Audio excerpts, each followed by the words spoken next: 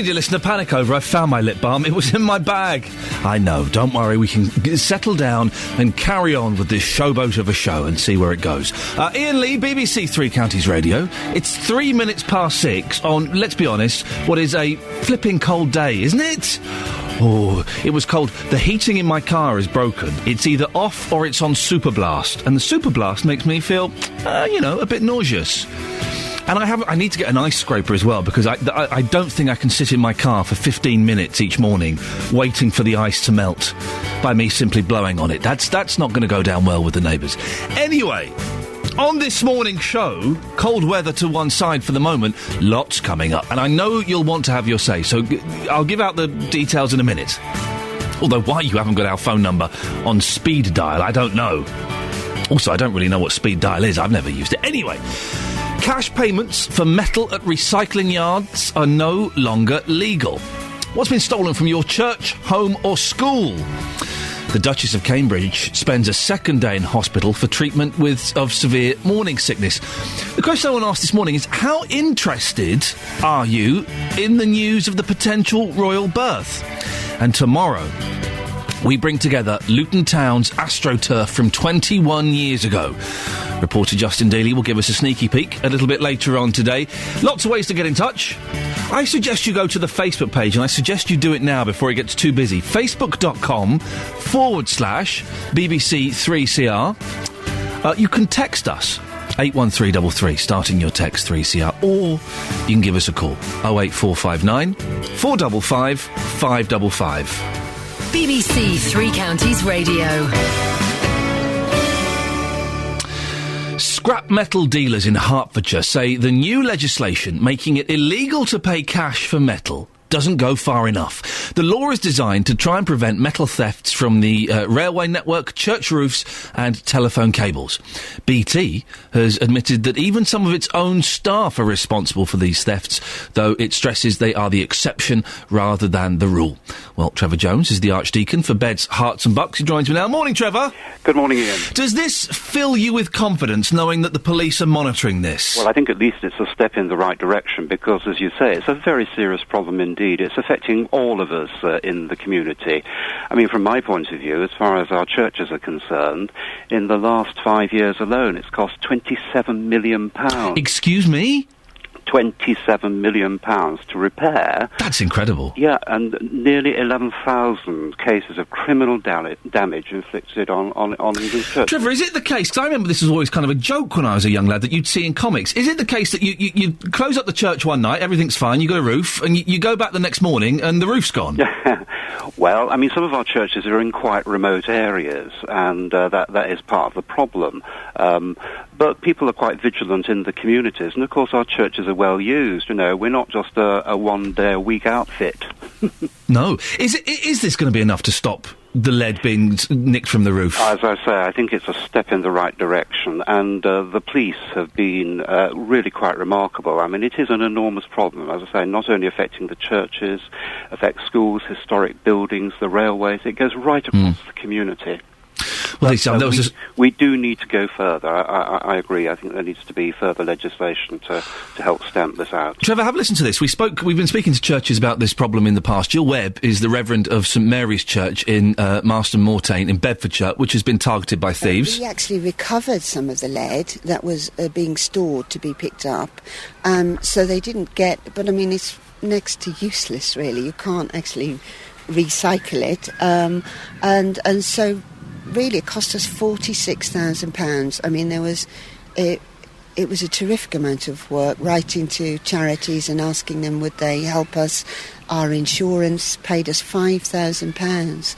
So I think a lot of people were feeling, oh, well, the church will be all right, they'll get it all back on insurance. Well, no, it was. I think the insurers had been hit by so many lead thefts that they were not in any position to give big payouts. Sound familiar, Trevor? Absolutely, yeah. And that's absolutely right. And of course, I mean, insurance companies do have an enormous problem. We see it now with the floods. It's very contemporary, isn't it? But as far as lead on roofs are concerned, it is an enormous problem because it's very, very expensive and it covers an expansive area. How much does it cost to insure a church?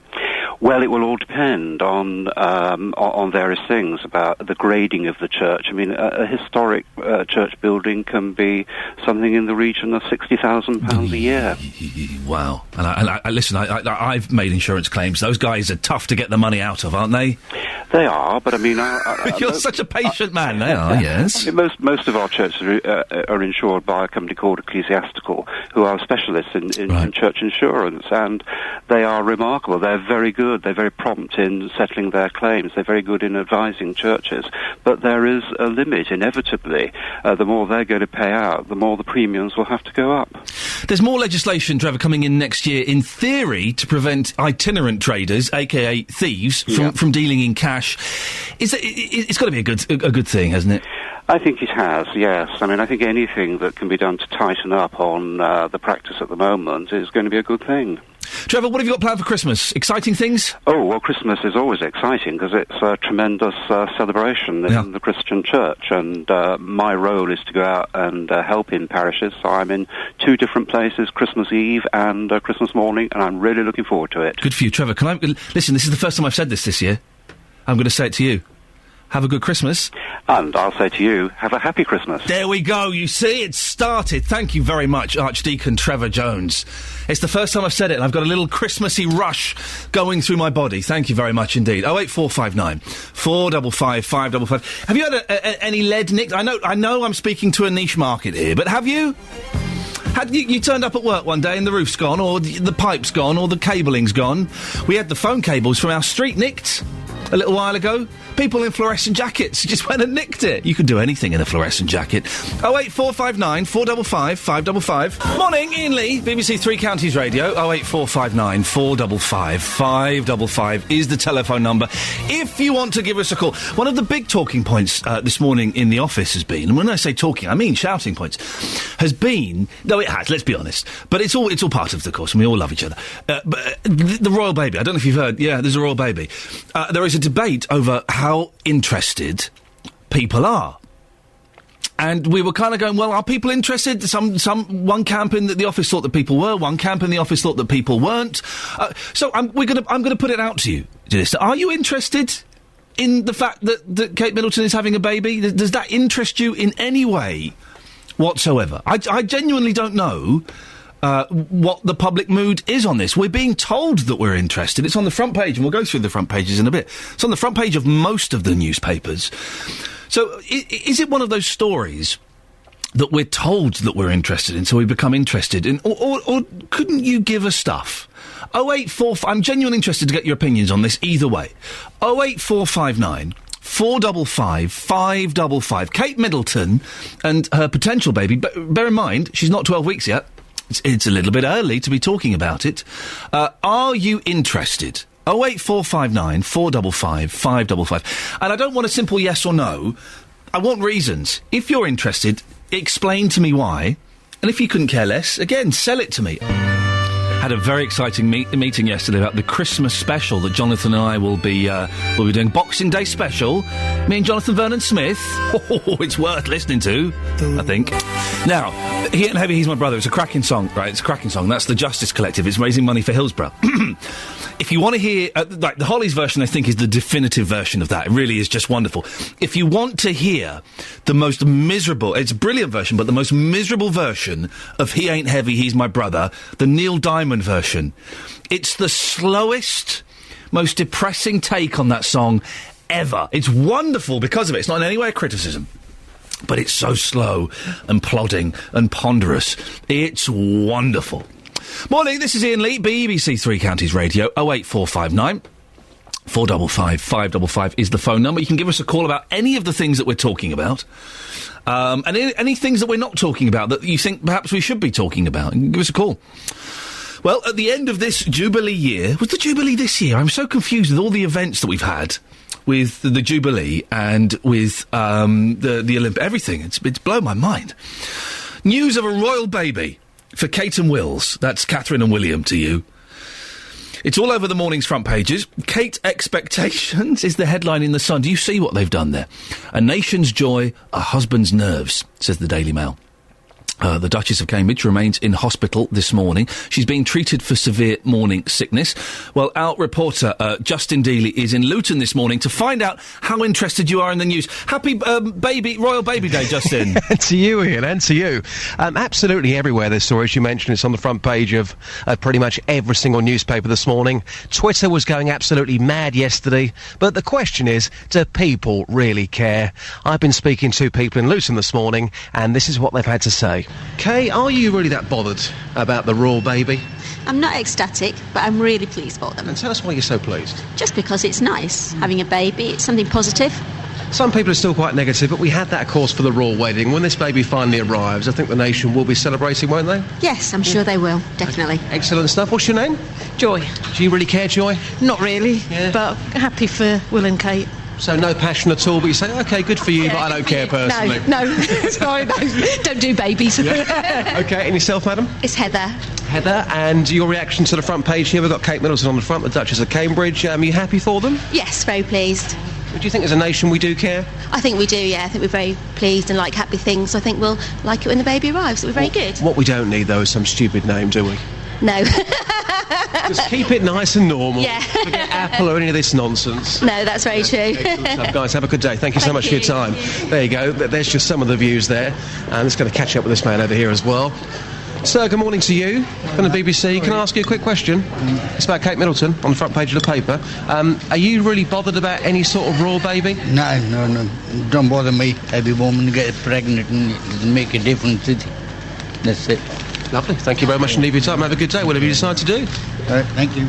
Wasn't he wonderful at the end there, Ian? Wasn't he absolutely wonderful? Doesn't bother me. Every woman gets pregnant in it. So he clearly is not that fussed.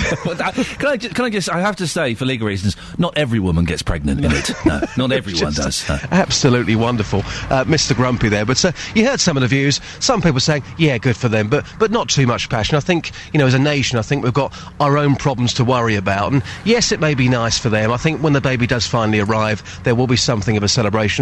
Pretty much like the royal wedding, to be fair, Ian. I think we had a lot of negativity before that. Listen, if we get a day off work and we get to eat cakes at 9 o'clock in the morning, I'm happy to do that. There are a couple of things. The first thing is she's not even 12 weeks pregnant yet, so it's very early to kind of go out public with this kind of thing, because lots of things can happen in this period. It's a very tense time.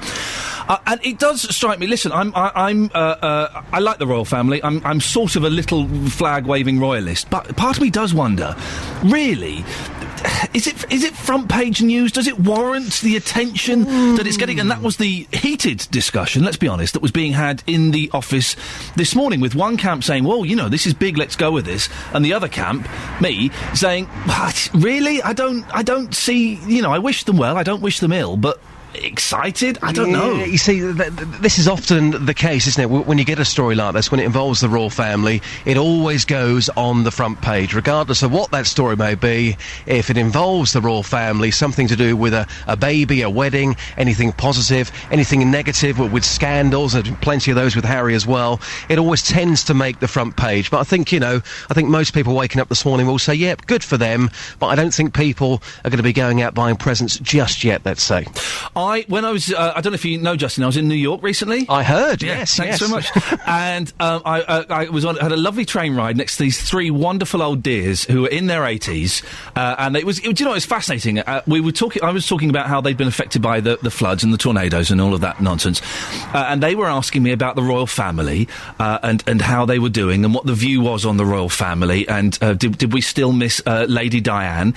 And I know for a fact that they'll be over the moon about this news. I'll tell you what, in America right now, they will be celebrating. Absolutely no doubt about that. They probably care more about the royal family than we do in this country. I think that's quite sad, actually, but I do love the Americans. I love the Americans. If an American lady's having a baby, then I'll get excited about it. Hey, great stuff. Where are you off to for the rest of the morning, Justin? Well, I think more reaction on this to come, and also, of course, a little teaser ahead of our big day tomorrow. Tomorrow is the big day. Everyone has been talking about this. Forget the royal baby. It's the Luton Town AstroTurf reunion. reunion. 21 years on, we are getting the pitch back together. So And yet more I to come don't. out later. I've looked through all the papers, Justin. I do not see it anywhere. Well, funny you should say that, because I had an email last week from The Independent, who may be running a feature on the AstroTurf reunion, which is happening tomorrow, live across Beds, Hearts and Bucks from 7:30 until 9 at the Lucy Sports Park in Luton. Fantastic. And people are allowed to come along, are they, and see you? If you have a piece of if you have a piece of the AstroTurf, bring it along. We're putting it all back together. You were telling me, without giving away too many secrets of secrets of tomorrow's show,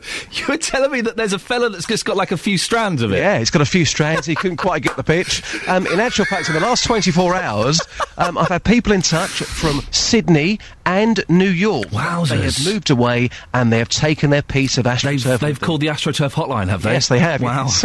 Justin, I'll speak to you later on. Thank you. Thank you very much. I'm looking forward to that tomorrow. A few tweets to @BBC3CR. Kerry Cobb. Yes, I can get excited about the Royal Baby. Any excuse for another street party. Then she's done a semicolon, an O, and close bracket. If I turn my head, it's a winky smiley face with a big nose. Clever. On the Facebook page, facebook.com. By the way, I keep banging on about Facebook, and I know some of you shrug your shoulders. I thoroughly recommend it. I thoroughly recommend you go on there, because we put loads of pictures and videos and things up. But it's also a cracking place for you to argue with people who disagree, and it's great. During the show and after the show, I'll go and look at it, and loads of you have been having fights and arguments and things like that. Play nice, keep it nice and friendly, but do go on there and have a little argument with each other. It's good fun. Gary on Facebook says, not interested one bit. Is she the only one in the world having a baby, and the only one that has morning sickness? Shut up and get on with it. And I've just, if this isn't the headline in the news bulletin, I don't know what is. I've just been told Fleetwood Mac, ladies and gentlemen, are going out on tour. Yes, Fleetwood Mac are going out on tour. We will be following this story in my mind. Across Beds, Hearts and Bucks, this is BBC Three Counties Radio. Thank you very much, Catherine. It was Catherine, by the way, who, before that bulletin, sent me the news that Fleetwood Mac were reforming and were going out on tour. Who's coming with me? Who's going to come and see the Mac? Anyone? Guys, anyone? They're literally shrugging their shoulders and waggling their heads and looking at their watches, you fools. Shame on all of you. Coming up in the next half hour of the show, lots of stuff. Interested in the Royal Baby? If you are, or if you're not, give us a call, 08459 455 555. And a very special sporting event is taking place in Bedford tonight. Find out what it is and who's up for an award. We've given it away. It's an award. In the next few minutes. Listen, The Wanted, One Direction, Emily Sandé, that's a pop song, all right? You got horns, you got sexy women in the background singing really loudly, and you got a bloke, he's probably got a moustache and a pot belly, belting it out. That is what pop music should be. All right, kids? Good. Here endeth the lesson. Now, you'll all know about the BBC Sports Personality of the Year. Well, tonight here in Bedford, the regional version is taking place, the BBC East Sports Awards, and plenty of local interest here in Beds, Hearts and Bucks. Joined now by our sport editor, Jeff Doyle. Morning, Jeff. Morning, Ian. How did you find getting up this morning? Fine, no problem at all. Are you sure you were pulling faces yesterday when it was mooted? Listen, 4 kids in. No. Nothing about it. How old's the youngest? The youngest is 18 months. And you don't. 8 years old. 8 years old and 18 months, man. You don't sleep at all. I know. Good for you. Yeah. Okay, listen. Who's going to be claiming an award tonight? Who's up? Well, I'll tell you what, 2012, vintage year, isn't it? Olympics, Paralympics, we've got a number of candidates, as you'd expect. And, of course, as well as the big one, there are other categories as well. And our boys and girls are against, all the greats in Essex, Norfolk, Suffolk, Cambridgeshire, Northamptonshire. So these awards are for the East region.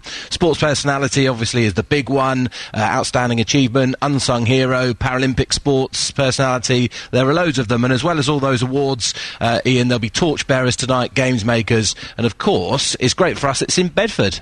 We must be in with a good chance here in Beds, Hearts and Bucks, because our local Olympians, we got some of the big stars here. Well, all 4 of the nominees for the sports personality are from here. There we go. Oh, come on then, there we go. Yeah, we lead the way. Ben Mayer from Bishop Stortford, who won the team show jumping gold at the London Olympics with Team GB, of course. Victoria Pendleton, she doesn't need much of an introduction, does she? From Stotfold in Beds. And then the 2 more, and it's worth digging out the commentary of their performances, the other 2 at London 2012. First, Bedford's canoeist Etienne Stott.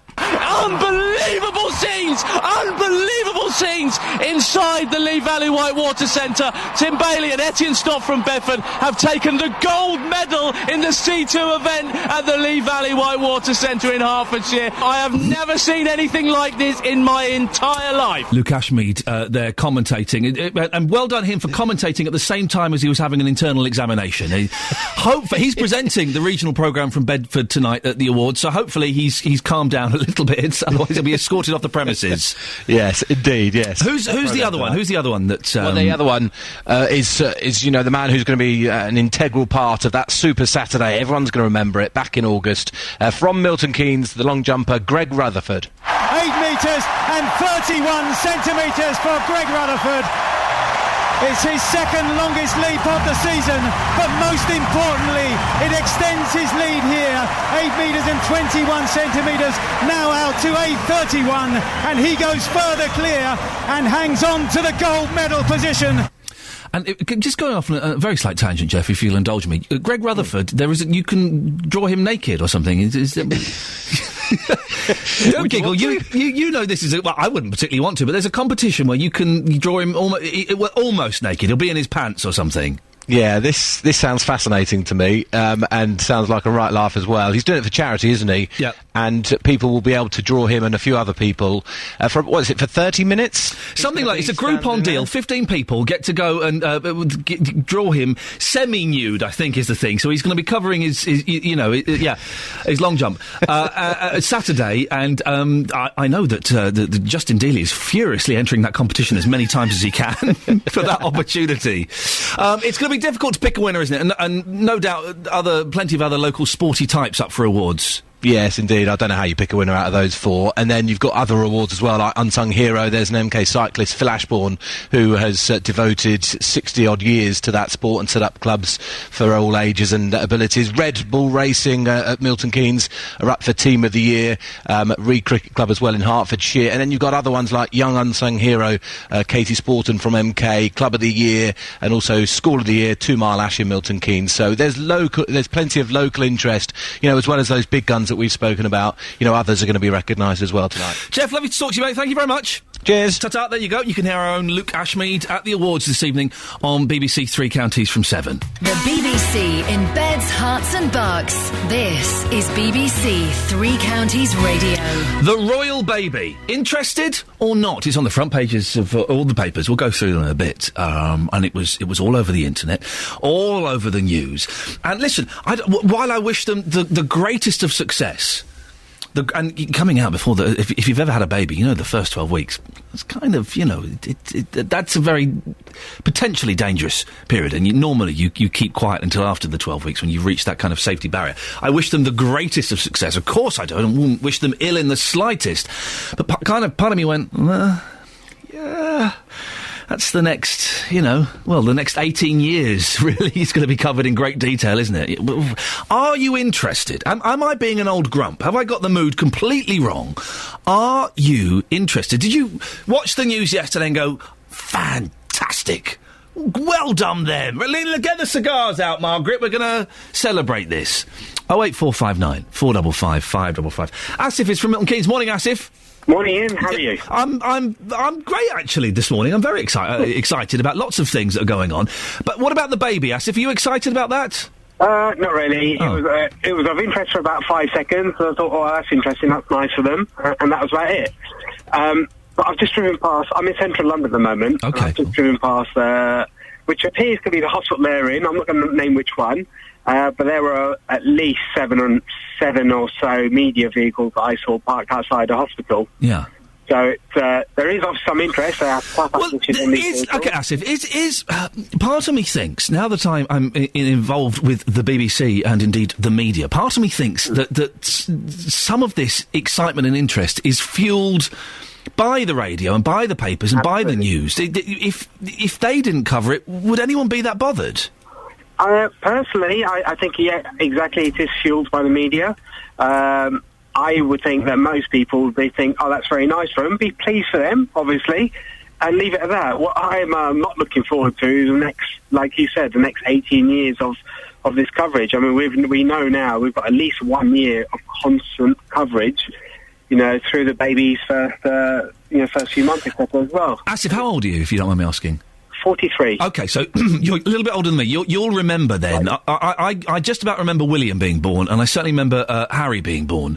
And I remember the photo shoot with Diana and Charles and the two boys in like these sort of... they were pink silk... sort of baby grows sat under a tree, and I just remember looking at that and going, what I don't quite see, and we're going to get that all over again, aren't we? Yeah, but what's worse this time, I think now we have 24-hour news coverage, they need to fill it. And both the papers and the internet and everything else, the media has changed so much since William was born. That it's going to be so much content now. Asif, thank you very much. Asif from Milton Keynes, but he is now officially our Central London Secret Hospital correspondent. I would imagine that we could get the information as to what hospital it is quite quickly, but Asif is... in fact, I can tell you, it's King Edward VII. That's the hospital. I don't think it's a secret, Asif, but well done you. A couple of comments from Facebook. Oh, the Facebook page is busy this morning. That's good. Facebook.com/BBC3CR. Ian Dilly, not that interested, but would like to wish them well. And that's kind of how I feel. I wish them...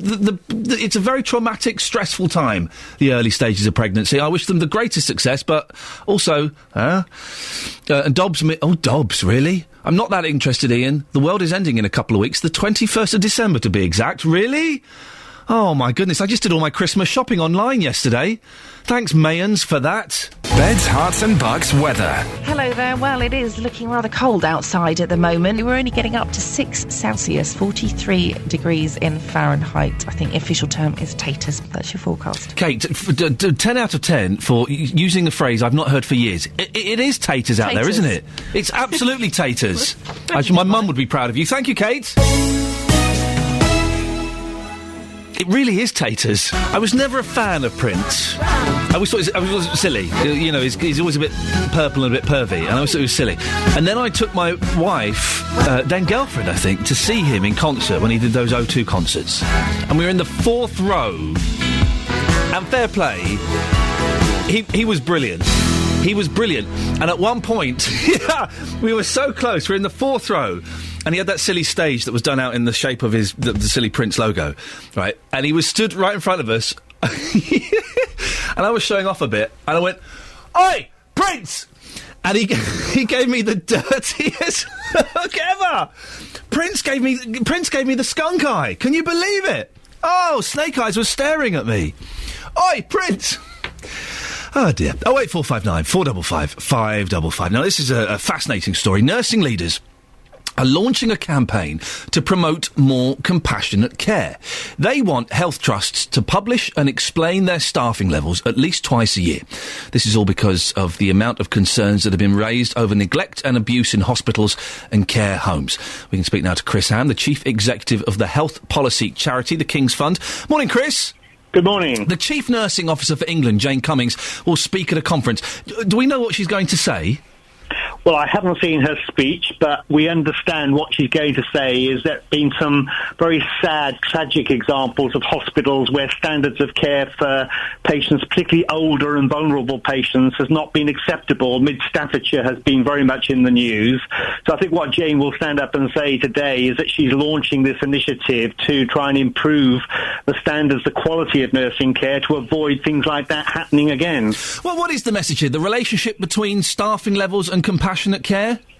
Well, that's one aspect, but this is a really complex problem, and we shouldn't get carried away with the headline about the number of nurses, because we know that if you want to provide the best possible care, it's to do with the training of the staff, not just the nurses, but the care assistants too, and critically important in our view, it's the leadership in every ward around the country, because where you have senior nurses on the ward in charge, leading the provision of high-quality care, then most patients, most of the time, get a very good service indeed, and that's what we need much more of in future.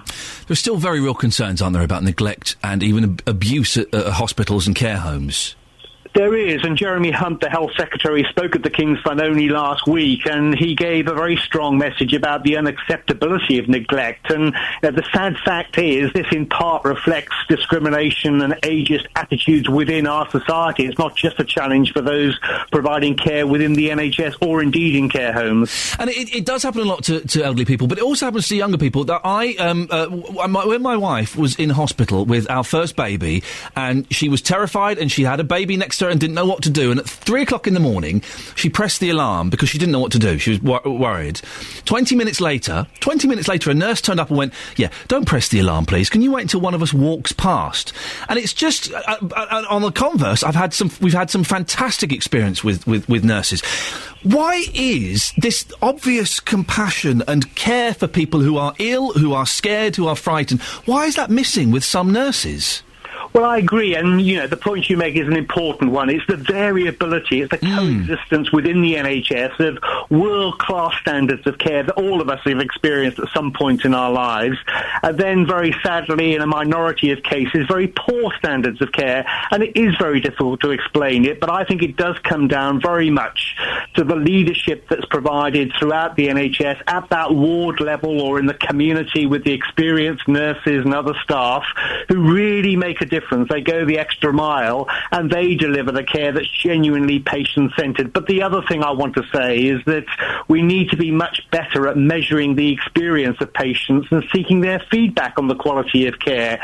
The government's now doing that through something called the Friends and Family Test, so asking a sample of patients, would you recommend this hospital to your friends and family? Were they to be treated in future? And to do that more regularly will help, I think, to tackle that low end of care, which is still too common. Chris, another story about staffing levels today. Just to go back to that, the Academy of Medical Royal Colleges warns that patients admitted to hospital at evenings and weekends face a postcode lottery as to whether they have access to senior doctors.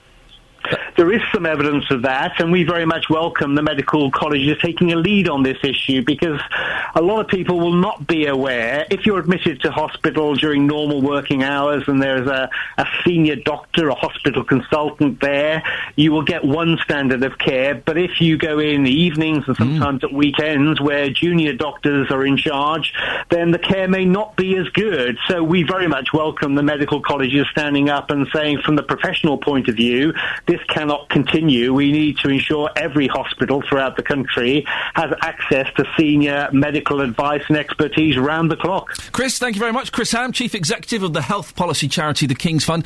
Wouldn't mind hearing your stories today, dear listener, particularly about nurses. How compassionate and caring have they been? As I say, I've had horrible experiences. I've had amazing experiences. Our youngest was in hospital. When was it? It was during the Jubilee, in fact, for a weekend. And I'm trying to think, pretty much without exception, the care that the nurses gave him and my wife, who was in there with him, was amazing. They were fantastic. They were stretched and they were pushed, but they couldn't have done enough for them both. And, it's going to have to go back into Great Ormond Street at some point soon. And having worked in Great Ormond Street myself, I know that the nurses there are pretty much, nearly 100% incredible. But I have had experiences with my wife and with my mum, who's been in hospital a bit, where the nurses could not give tuppence. They couldn't care less, to the point of actually being rude and brusque and making the whole experience more upsetting and more terrifying than it should be. What are your experiences? Good and bad? Compassionate nurses or cold, frightening, awful experiences? Could you give us a call? 08459 455 555. Because we think of nursing as being a caring and compassionate business. It ain't. For a lot of it, there are some of them that really, you just think, why on earth are you doing this job? You seem to have nothing but contempt for the patients. And I'm not knocking nurses. This is not a nurse knocking thing. A lot of them do fantastic work. And as I say, I've had some amazing experiences where they've gone above and indeed beyond. 08459 455 555. How compassionate have nurses been to you and your family? And if you are a nurse, you give us a call. Stick up for yourself.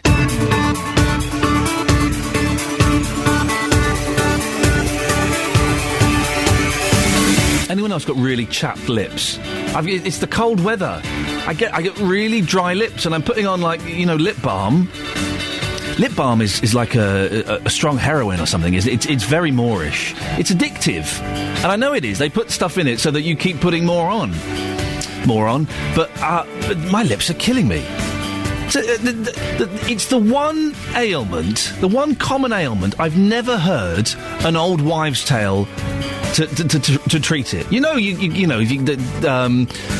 Jet lag, you're supposed to put your feet in paper bags, aren't you, while you're flying? And there's all these old wives' treatments. I don't think there is one for chapped lips. It's so annoying.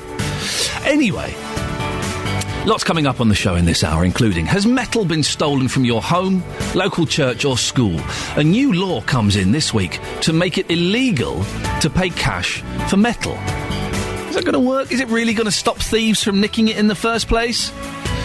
News of the royal baby is everywhere today. Pages and pages of it in the papers. But how interested are you in the news that the Duchess of Cambridge is expecting? And a young girl from Luton going to a comprehensive might not be able to imagine being an artist. Well, that's what some people told the new Turner Prize winner, Elizabeth Price. Did going to a comprehensive help or hinder your job prospects? Facebook.com/BBC3CR. Text 81333, starting your text 3CR. Or, and this is the best way to do it, give us a call. We've got a couple of lines free. 08459 455 555. BBC Three Counties Radio. Scrap metal dealers in Hertfordshire say the new legislation making it illegal to pay cash for metal doesn't go far enough.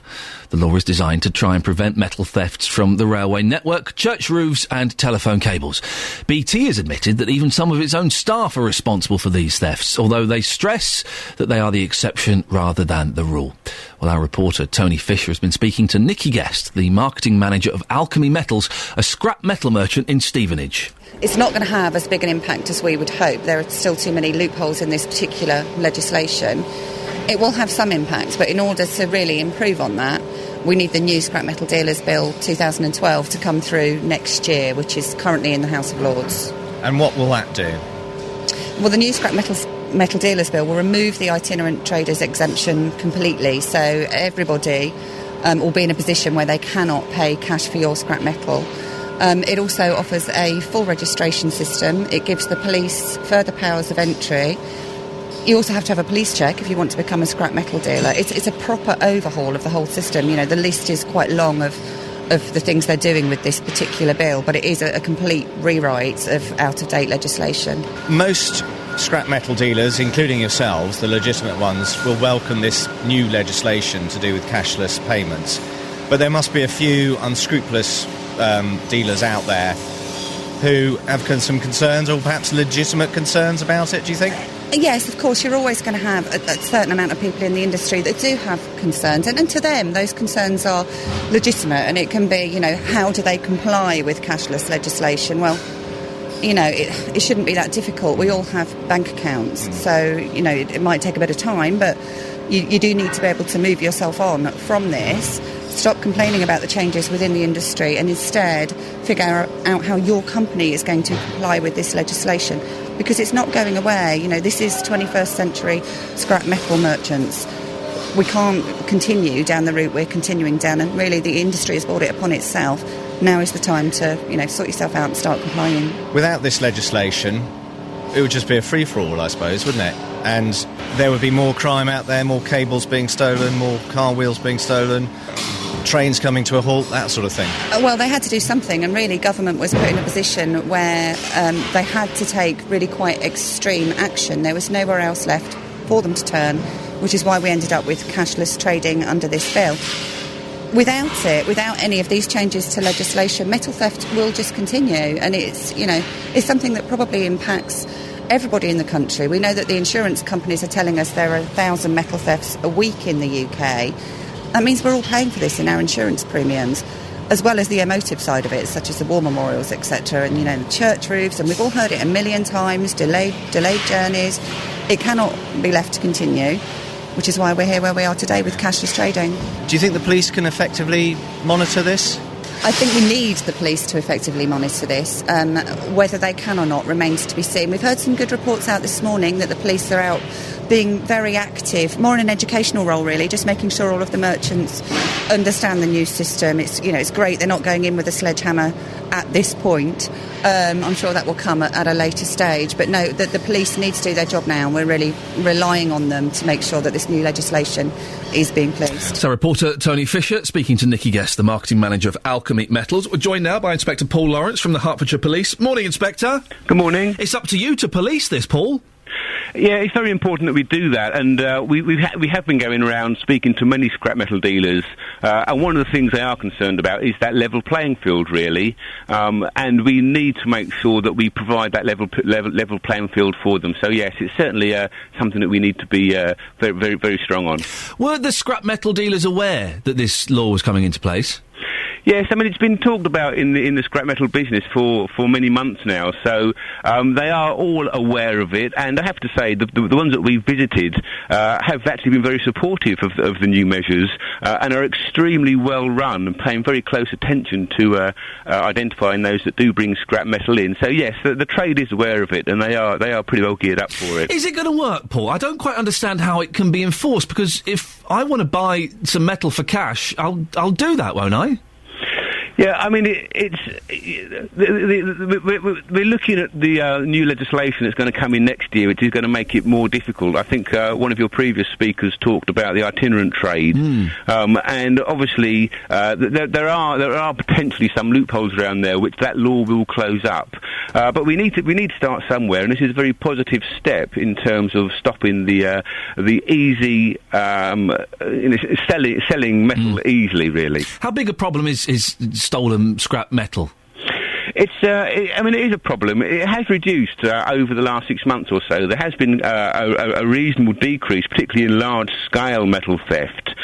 So I think we're starting to combat it, but it's the damage it causes, really. It's to the heritage sites where we have plaques stolen sometimes from war memorials, the church roofs. Sorry, people are stealing war memorial plaques? It does happen, yeah, it does happen, and it's a terrible thing for people to do. What's the most common thing that's being stolen, Paul? Well, it's cabling, really. Right. A lot of it is cabling from BT, railways, that kind of stuff, lead from church roofs. That's the kind of stuff, really, that tends to get stolen the most. I'm still shocked at the war memorial plaques. There's no honour amongst thieves anymore. Oh, it's disgusting. It is disgusting, and there's no place for that in society. So it's something that we really do need to tackle. Paul, we've been told that some dealers are prepared to deliberately flounce this legislation. Are you aware of that? And if so, what are you going to do about it? Yeah, I mean, we have obviously heard that people are talking about doing that, but we will use every method available to us in order to catch these people that decide to flout the law. Covert operations is something that we have used before with a great deal of success in the Stevenage area. Does that mean that you would pretend to have some hooky metal and you'd go undercover and try and sell it? Yeah, well, no, we would probably do it the other way around, really. We would set ourselves up as a scrap metal merchant, and then if people brought scrap to us that was stolen, then we would deal with that quite strongly. We would indeed. And we have, in fact, done that. We did that back in September. There was a covert operation, which was 6 months' work, went into that, and as a result, 6 people were arrested. So that's certainly something that we will do. But it's not just about covert methods. It's about using the powers that we have to go into scrapyards, to inspect their books, to see what's coming through, powers of arrest. If people are dealing in cash, still buying scrap metal for cash, then we can arrest people for that as well. So it's a mixture of overt and covert methods. Paul, when the chief comes in one day and says, right, we need a couple of lads to go undercover and be scrap metal merchants, do the hands shoot up in the air? Because that sounds like the most exciting mission you could have. I think it's a very attractive part of police work. It kind of brings out the sort of boy detective in you, doesn't it? You know, it's that kind of, undercover, yes, sir. It certainly does, and it's an exciting part of the business to be in. But not only that, it does actually reap very good results. It works. Yeah. Paul, listen, thank you very much for coming on. It's Inspector Paul Lawrence from the Hertfordshire Police. I'm sorry to go off on that slight tangent, but the undercover aspect of policing, it is that thing. I think it's a boy thing. Boys go, You want me to pretend to be someone else so I can arrest someone? Oh, yes, please. Thank you, Paul. The BBC in beds, hearts and bucks. This is BBC Three Counties Radio. There's a posh girl having a baby. Yes, the Catherine is pregnant. It's all over the newspapers. It's on the front pages of all the papers. It was on the news last night. You've kind of missed it. There was a fiery debate in the office this morning about whether people were interested or not. Ian texted in. We've got him on the line now. Morning, Ian. Good morning. You're from Hatfield. Are you excited or not about the royal baby? Very excited. And I believe most of the British people are excited but won't admit it. And I think you're excited but you're not going to admit it. Do you really think that? Yes, I do. What makes you think that? Well, I think because I think a lot of British people won't admit that they love or embrace the royal family, but just don't admit it.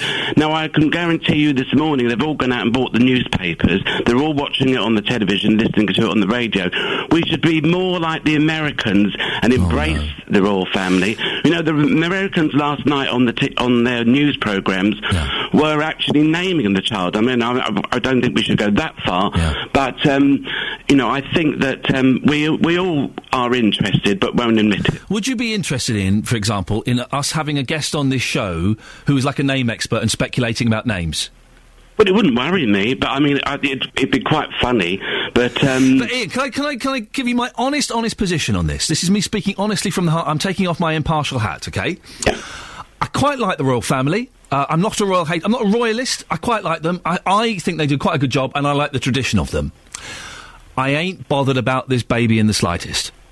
And that's me being honest. But you will be. Why? Because as the interest goes on, I think people will be. See, I don't think they will. I think that you think they will because you obviously are excited, and I'd imagine that you associate with people who are excited and interested. Your friends are, but I think outside of that bubble, and this is I don't know the statistics. I would imagine that most people are going, oh well, you know, good luck, but that's it. Well, people are going to say good luck, but I think people are going to be interested in it. You know, I followed the royals for many, many years. Yeah. And until they got a restraining order. I'm joking. When I've been at engagements, people come along and they say, who are you waiting for? You say, well, in the days of Diana or the Duchess of York. Oh, OK. Oh, I'm not really interested. 20 minutes, an hour later, they're still standing there waiting. Did you loiter outside places to see Diana? I have. Oh, good for you. Yeah, Ian, for many years. Ian, thank you very much indeed. Well, there you go. Ian says we're all interested. You're interested, but you're too embarrassed to admit it. Is that the case? Do you agree with Ian? If you want to come out loud and proud and say, yeah, do you know what? I'm excited about this baby. 08459 455 555. Maybe you completely disagree. We'll get to our guests in a second. Let's just a quick look at the front pages so I can show you, if you've not seen them, if you've not been into the newsagents or the petrol station, just how big this story seemingly is. How big we're being told this story is. The Daily Telegraph, could it be twins for Kate?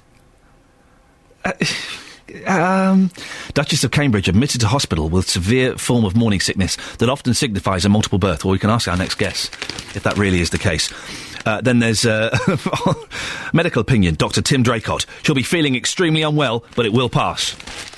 The Daily Express, baby joy for Kate and Wills. Even the Queen did not know Duchess was pregnant. The Daily Mail, a nation's joy, a husband's nerves. Really a nation's joy? The Guardian, we've got something to tell you. Queen and world find out Kate is pregnant. The Independent. What? This is the front page? There's no mention of oh, no, there is a mention, yes. There's a photograph of outside the hospital. The royal news that's put a spring back into the media's step. Their biggest story, though, is bank boss sold off shares on eve of crash. The Sun, Kate expectations, and the Times, we're expecting. So we're being told it's a big story. Is it? What do you think? 08459 455 555. We just had a caller then who said, oh, come on, we're all interested, we're just too embarrassed to admit it. Well, the Duchess of Cambridge is pregnant, and she's beginning a second day in hospital for treatment for severe morning sickness. The Duchess, who's thought to be under 12 weeks pregnant, is expected to remain in the central London hospital for several days. Nora Lucy is a consultant midwife from Watford Hospital. Morning, Nora.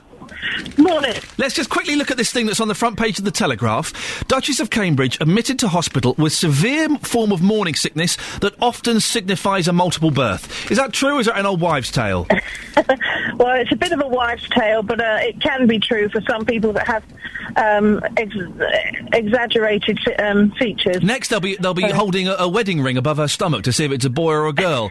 Well, listen, there are a lot of people who I saw this last night are going, oh, it's just a rich girl with morning sickness. If this was me, I wouldn't be going to hospital. It's a bit more serious than that, isn't it, Nora? Yes, I mean, it varies in its degree. Most women, I think 60 to 70% of women will get a degree of morning sickness, but for a small percentage, it really can be quite debilitating, and their ability to keep down fluids is severely affected. They become very dehydrated, and in some women it can become very serious. I mean, I would imagine, I don't wish to throw any dampeners on this, that in the extreme cases, the baby could possibly be lost. Well, no, the babies are very tough, and it's usually the mother that suffers most. The baby does take what it needs from the mother, but no, it's often a sign that there is a healthy amount of estrogen circulating, and that the pregnancy is very viable. Is that morning sickness is what is weird, because why is it called morning sickness? My wife got it at any time of the day. And that's true. It is traditionally more prevalent in the mornings, and it's thought to be linked to the reduction of blood sugar overnight. But in fact, some women can get it any time in the day. Some women have it all through the day. But generally, by about 12 to 16 weeks, it's lesser. It's unusual and not particularly recommended to come out with the news of being pregnant before 12 weeks, because it is, the most risky kind of period, I guess. Why do you think they have come out and announced this now? Well, I think it'll be very hard to hide the fact that she's in hospital. And, most pregnant women, when they are very nauseated and feeling very weakened, they can't hide it. It's very obvious, and I think it was something they probably didn't want to try and hide, and would have found it very difficult to be admitted to hospital. She's probably on some IV fluids, so it's not something they can manage at home. I'm trying to establish this morning, Nora, how interested, nay, excited the nation is about this. Amongst your colleagues and at the hospital, was there excitement? Was there a shrugging of shoulders? What was the reaction when you found out? Well, I think anything to do with Kate and William and a pregnancy is all very positive news. And, midwives particularly hold a very positive view of all pregnancies. So, we're obviously delighted for them, and she's going to have a long pregnancy now that it's been noted so early. But, obviously we wish them all very well. It is, listen, I've got two little boys, and it's hard work, but it's just the most exciting time in the world, isn't it? Well, you wouldn't do this job if you didn't think it. Nora, listen, keep up the good work. Thank you very much indeed. That's Nora Lucy, who is a consultant midwife from Watford Hospital. Well, how interested, dear listener, are you in this? Are you excited by it? Are you planning the party, the street party? When's the baby going to be due? I guess sort of May, June time, I suppose it could be. Perfect weather for a street party. Well, our reporter Justin Dooley, Justin Dooley, excuse me, is out in Luton, finding out what you think. Justin, what's kind of been the reaction on the street? Well, Iain, love or hate it, everyone is talking about this story this morning. Twitter going absolutely mad yesterday, but of course, do people care? That's the question we're asking this morning. I've been talking to people at Luton train station this morning, and this is what happened, Iain. Jean, what's your reaction to the news? I think it's fantastic, really nice. Do you think the majority of people will agree with you? I would say so, yes, yeah. Excellent. Definitely. All positive as far as you're concerned? Oh, yes, absolutely. Yeah. Excellent. Just going to grab a word with this man here as well before he goes through. Sir, before you go and catch your train, we've got the front page here of the newspaper. Yeah, I know your train's about to come. What's your reaction? Are you bothered about this story? Not really, no. And tell us why. I think what they're experiencing is what most others are experiencing, and no fuss is made about these other people. So you're not excited in the slightest, are you? Not really, no. You're not just Mr. Grumpy, are you? No. Okay. Thank you very much indeed for your time. Just going to move back through here. Thank you, guys. I'm going to speak to a man who's experienced both the UK and also the US. You know what they're like in the US? They absolutely love anything to do with the royal family. Okay, let's move around here. Sir, good morning. What is your name for us? Rob Carter. Rob. Now, you've lived in America. personally yourself, do you see this as a big news story today? Is it really that big? Do you really care? I'm surprised that the coverage has got, really. If you look at local news in other countries, and there it is, Will and Kate having a baby. So you think being on the front page, like I'm showing you right now, in this country, is just too much? It's just a normal story. It's a normal couple getting pregnant and nothing more to it. Yeah, I don't know what the big deal is. Yeah, crazy. And tell me about your experience in America, because this, of course, will be even bigger news in America. Out there, can you understand why they are so fascinated by the royal family? I don't get it, really. I mean, they've just had a hurricane, quite a big disaster, and they got this baby business thrown in their face, you know? Yeah, absolutely. Good point there, actually. Thank you very much indeed for your time, sir. So, again, somebody who's experienced it on both sides of the ponds, both the UK and also America as well. Let's see if we can grab some other people here at Luton and find out what they think. Sir, good morning. Can I ask you a quick question? The front page of the paper there, the Duchess of Cambridge, she is pregnant. Are you really that bothered, and be completely honest, do you care about this story? Not at all, no. And tell us why. I don't really care for the royal family, to tell you the truth. That's it, really. Sorry. You got no excitement at all? No. Wish I could say more. Sorry about that. I mean, but do you think, though, no, you're being honest, do you think, though, when the baby does arrive, you might get a bit more excited? No, so I don't see why. I mean, yeah, OK, when they got married, it was a bit of a free party, but being pregnant, who cares? So this should not be front page news? I don't think so, no. Well, there you go. That man's certainly being honest there. Just like for a second, I lost focus. Okay, just thinking about my life, and how it's falling apart. And I had to check with my. I said, "Is this live or is this a recording? Am I meant to be talking to him?" I couldn't work it out, Justin, but it was excellent. It was pre-recorded, so four people there. I think that's often the best way to do these things. Yes, you got some good reaction. You simply go up to people, you ask them, you get their instant reaction, because sometimes when you pause for a moment, they may kind of change their answers slightly, so it's more PC, let's say. We had a phone call, Justin, from a guy who is a big royal fan. He's loitered outside various occasions when he knows they're going to be there. He says, we are all interested. We are all excited about this. We are just too embarrassed to admit it. Well, you've heard two reports this morning. What I would say, and I'm trying to round this up and trying to be impartial with this, the ladies I've spoken to this morning, they do care. Yep. They are passionate about this. The men that I've spoken to could not care less. And you've heard there from that man. You've heard from a few men there throughout the morning who simply couldn't care less. Some people wouldn't come on the radio today. Some of them quite bitter about it, saying, why is this on the front page? I'm absolutely appalled by this story. I and we as a nation, we have got more important things to worry about than these two having a baby. It got a bit bitter. Some of those people, unfortunately, wouldn't join us on the radio this morning, but that gives you an idea of what people are saying locally. It's interesting what you say about the men and the women, because I'm looking at the Facebook page now, and the Barbara has posted, notice most of the negative comments are from men, and she's right. Absolutely. All the negative ones are from the blokes. Yep. And then there's Nina, who says, wonderful news. April, I was excited to hear about the royal news.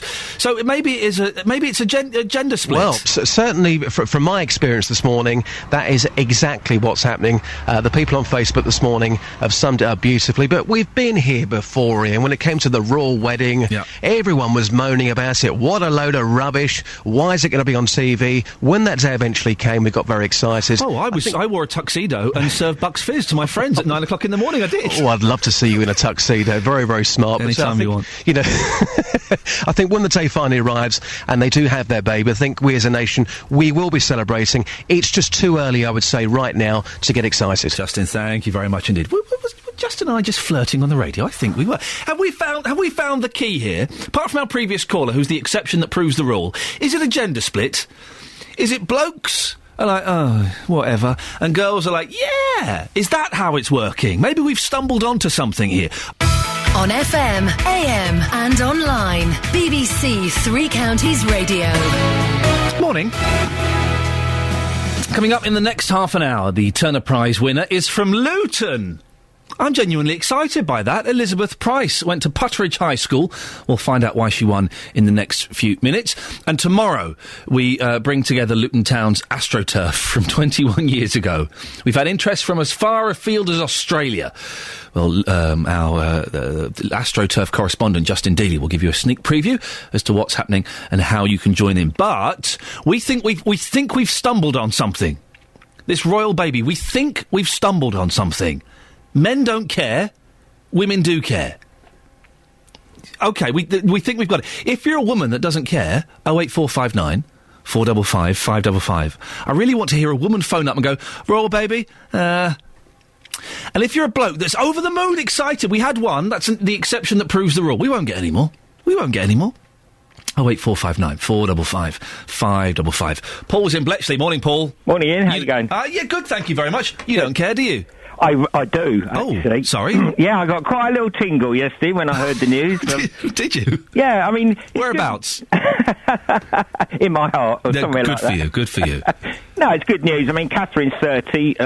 You know, it's no means certain. I mean, I think a woman's fertility drops to half at 30, so it's great news, isn't it? I mean, these things don't happen automatically. Well, no, there has to be some form of process before. But Paul, it happens a lot. You know, there are hundreds of thousands of babies being born, millions of babies being born every day. Yeah, well, true, but, you know, they're the royal family, as we call them, and, you know, it's just wonderful news, you know, it's sort of... But try and listen, I'm keen to find out exactly why you think it's wonderful news, because you're just saying it's wonderful, which kind of makes me think that you've sort of been programmed to think that. No, not at all. Go on. No, I mean, we need the next generation to look after us, don't we, and just... Oh, wait a minute, I'll just ring that number back in a minute. Who was that? Oh, it's some people doing wall insulation who are coming today. Oh, that'll be nice. You've got them just at the right time. It'll be nice and warm for Christmas. Yeah. It's flipping freezing at the moment, isn't it? Yeah, we need the next generation, don't we? You know, when we're in our bath chairs in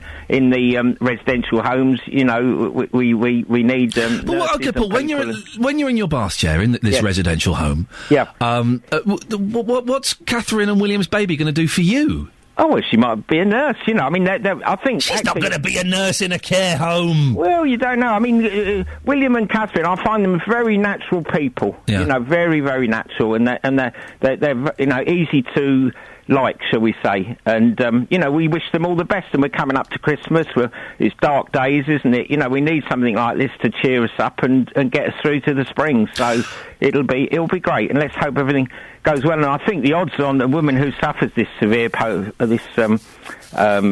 morning sickness, yeah. Yeah, that's right. Are more likely to have a girl. So perhaps we all should get down the bookies and put a few quid on her having a girl. Paul, listen, stay there. Let's go to Joe in Letchworth. Morning, Joe. Morning, Ian. Joe, now listen, my scientific theory is already kind of falling apart in the laboratory.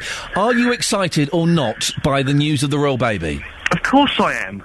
It's bringing another life form into the world. What's not to love about it? Now, I'm just running that through my sarcasm machine, and no, you are genuine there.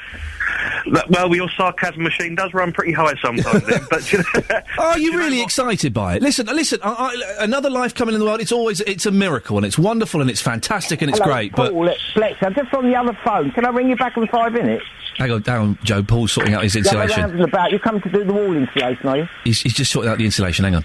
Okay. Paul? Okay. Yeah, he's still sorting out. Hang on. Thank you. Yeah. Joe, is that sorted now? Paul, is that sorted? Yeah, that's it. You've sorted the insulation? Yes. Okay, good lad. Can I carry on talking to Joe now? Yes. Excellent work.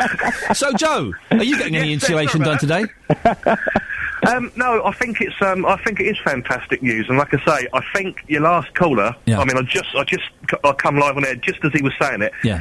And my wife suffered terrible morning sickness when she had her first girl. And, yeah. The only thing that seemed to do it was a cup of tea. But do you know, I'm not sort of jumping up and down, screaming, shouting, "Oh yeah, she's going to have a baby," but. Yeah. I am excited, and do you know what? Anyone who says they're not is just trying to hide the fact. And I think don't listen. You're the second person to come on the air and say that. I'm not. I'm pleased for them, of course I am, but I'm not excited. How can I be excited about some some rich people I don't know having a baby? Yeah, but it's the level of excitement, Ian. It's jumping up and down, or I'm actually really looking forward to this because it's going to be another challenge. All right, listen, Joe, Paul, stay there. Okay, okay, my scientific theory that blokes aren't interested and women are is literally falling apart at the seams. Teresa's in Hemel Hempstead. Good morning, Teresa. Morning. Are you excited by this baby? Not at all. Oh. Why? Not at all. Why not?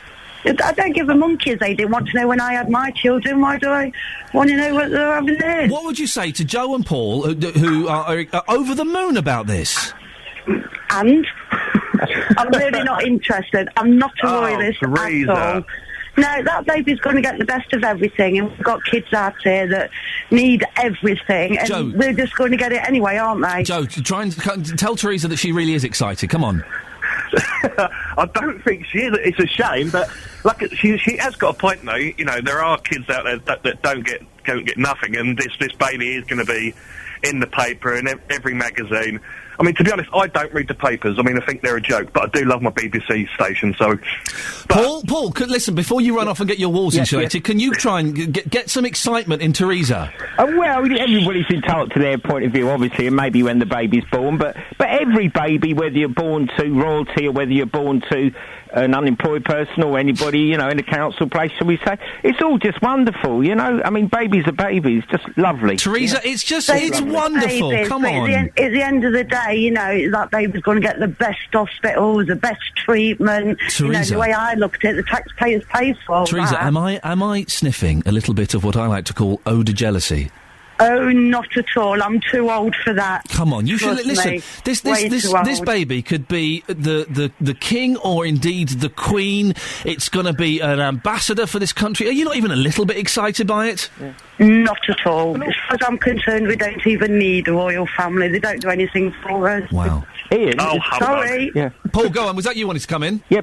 Ian. Yeah, Paul. Yeah. One interesting thing now, if it is a girl, she will be, you know, in line to take over the throne. Change in the Constitution. Been changed. That's quite an interesting. Paul, what time are you getting your insulation done? Oh, they're coming at 8 o'clock. Oh, what happens? Just another thing. If she has twins, now I'm a twin actually, and my brother was born 20 minutes before me. This so is brilliant. Go on. I know where you're going the with this. eldest twin will become the throne. Yeah, it'll be interesting. won't It is. I'm guessing yes. If there's twins, the one that pops out first is the one that will be the king or the queen. Yes. Yeah, it's interesting. Paul, listen. Good luck with your insulation. Joe, thank you very much. You're welcome. Teresa, come on, cheer up. No, it's another tax collector being born, isn't it? Thank you very much indeed. 08459 455 555. Well, my theory that it's the men that are interested, men are not interested in the women who are is completely fallen by the wayside. Imagine that though, if it's twins and they pop out, there's 5 minutes between them. Right? The first one will be king. Imagine you'd be gutted if you were the second one, wouldn't you? You'd be furious with your brother or your sister. 08459 455 555. Across beds, hearts and bucks, this is Iain Lee on BBC Three Counties Radio. The Turner Prize winner from Luton. Elizabeth Price collected the prize from actor Jude Law. He's an actor, is he? For the video she made about a fatal fire in a Woolworths store in Manchester. Elizabeth criticised the government and praised her comprehensive school, Putteridge High School, in Luton. She said she felt it was depressing to listen to comments people made about her being from Luton. Well, Estelle Lovett is an art critic. Morning, Estelle. Good morning, Ian. Tell us about the piece that she created. Actually, it's a fantastic piece because it encompasses all modern technology. And the thing about being an artist is you don't want to just be using a paintbrush and painting with the oil paints anymore. It's a 10-minute video, and there's a little bit of music in it. There's a little bit of text. And it's a comment on society. It's a comment about us being consumers, about us being shopaholics. So she's almost the Andy Warhol of her time. And it also deals with quite sad issues of how we are so affected by consumerism. For example, the Woolworths reference is to when Manchester Woolworths caught fire and people were trying to exit the building. But then, of course, the shoppers are trying to deal with the fact of whether goods are more worthwhile than they are. I know it sounds crazy, but, you know, in a fit of a panic. Why do you think she won? I think she won because the other artist, Paul Noble, for example, could actually draw, and nobody that can actually draw or paint well actually wins the Turner Prize. That's a great way of looking at it, yes. Spartacus Chetwynd, I mean, what a ridiculous name. Excuse me? Spartacus Chetwynd, I know, it's What on not a earth real were Mr. name. and Mrs. Chetwynd thinking when they christened that Spartacus? No, Spartacus decided to choose her own name It's a lady. when she's... Well, yes, when she's not running around naked because she lives on a nudist colony. Oh, dear. So the whole thing is out to seek public attention, but she had these stupid handmade puppets. She was She was trying to cross over from Jesus' nativity play to Punch and Judy. Yeah. I mean, it was really wacky, but bad wacky. So she wasn't going to win either. And then there was another video, which was very, very good. But the thing is, it was 93 minutes long. You know, you or I don't go to an art gallery to sit in the dark for an hour and a half, do we? We'd go to the cinema. Yeah. So the only true winner had to be Elizabeth Price. But Right. she does deserve it. I've just Googled Spartacus Chetwynd. She's my new favourite artist. There's a picture of her and I think another lady and I think a man dressed as a lady in bikinis by what looks like Jabba the Hutt from Star Wars. Well, funnily enough, the piece that they did, Odd Man Out, which they reconstructed in the Tate Gallery, all her friends weren't nude this time, but they were dressed up. The best I can describe them is that they looked like peeled, dehydrated vegetables. You know, so bad was their outfit. I like that. What are your thoughts, going back to Elizabeth Price, her thoughts about coming from Luton? Because she said that she found it depressing listening to the comments about her coming from Luton.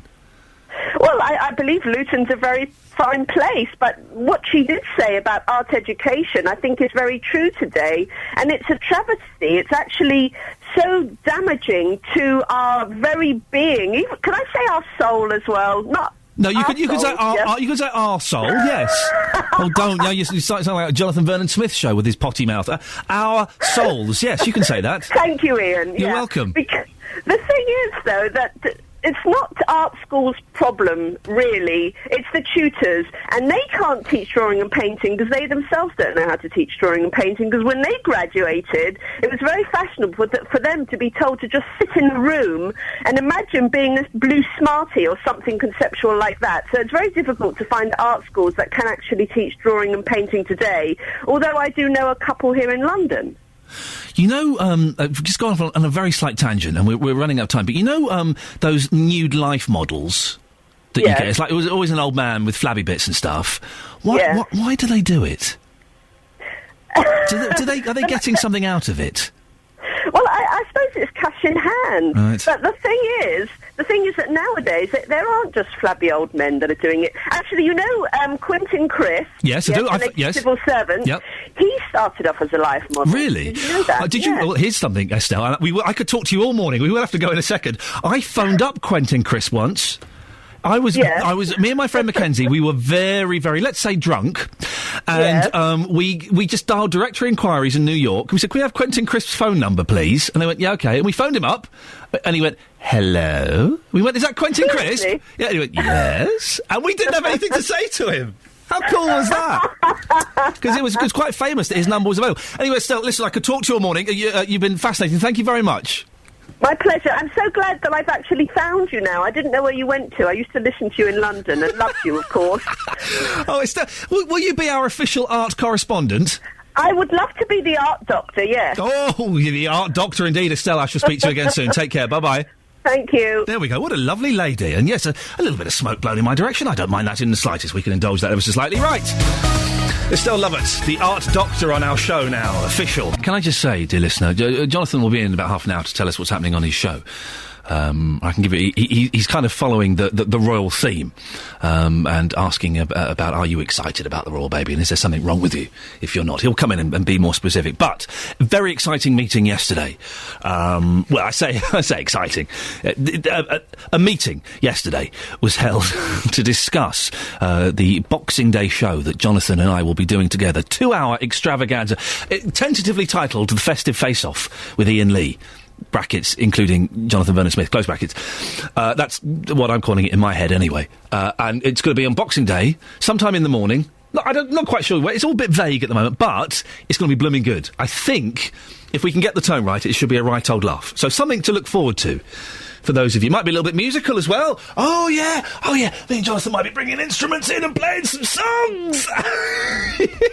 It's either going to be brilliant or it's going to be flipping awful. Either way, it's definitely going to be worth a listen. So more news to come as we get it ourselves, OK? Also, here at Three Counties Radio, we really, it is the home of news. Is that what we say? No, the first for breaking news. No, what do we say? BBC Three Counties Radio, the first for news. The home for news. The first for news. That's what we are. And it's only something like that. Something to do with news. And tomorrow, it's a very exciting news day. We are making news, nay, we are making history. Children will be studying this in sixth form colleges and universities around the world. We are reuniting the AstroTurf, yeah, that's right, that Luton Town last played on 21 years ago. Our AstroTurf correspondent, Justin Dealey, has spent weeks tracking it down.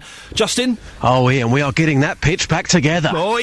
Oh, yes. So what's happening tomorrow, Justin? Explain it to people who've just tuned in. Well, it's the official reunion tomorrow. It's official now, is it? It's official. Okay. It's going to be at Lucy Sports Park in Luton, just off Pastures Way. It's going to be a fantastic day. For the past few weeks, we've been trying to track down Luton Town's artificial pitch. It's gone to a few places. It's gone to a golf club in Cambridge. It went to Whipsnade Zoo, and the rest was either sold or stolen by the fans. Football fans stealing things? No. Absolutely not. So, 21 years on, we're trying to encourage as many people as possible to bring down their piece of Luton Town's AstroTurf tomorrow. We've got Gary coming down from Daventry. Is Gary coming? Gary's coming. Oh, Gary's going to be there. He's got the touchline. Mick Harford, he's going to be there. He scored an own goal on the very last game on the AstroTurf. John Dreyer, who was Luton Town's penalty taker, he's coming all the way from Preston to be there tomorrow. We're not paying for that, are we? No, we're not. Good, excellent. Saying that, a few messages here. David, who lives in New York City, he has a piece of the AstroTurf with him in the States. He says, if the BBC pay for my flight, I will be there tomorrow.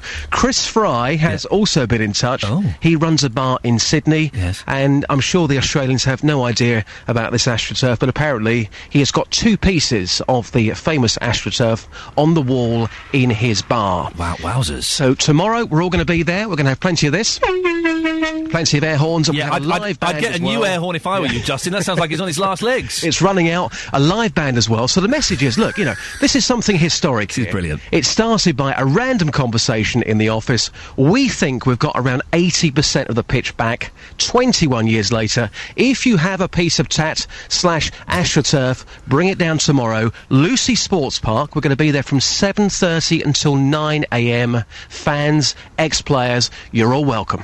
Well, can I inflate your head ever so slightly and read you a nice tweet I've had about you? Yes, please. I like that, Justin Dealey. He's all right. He always sounds like he's subtly ripping the Michael. So there you go. That's a nice... Who's that come from? That's come from Scott Balcony. Oh, morning, Scott.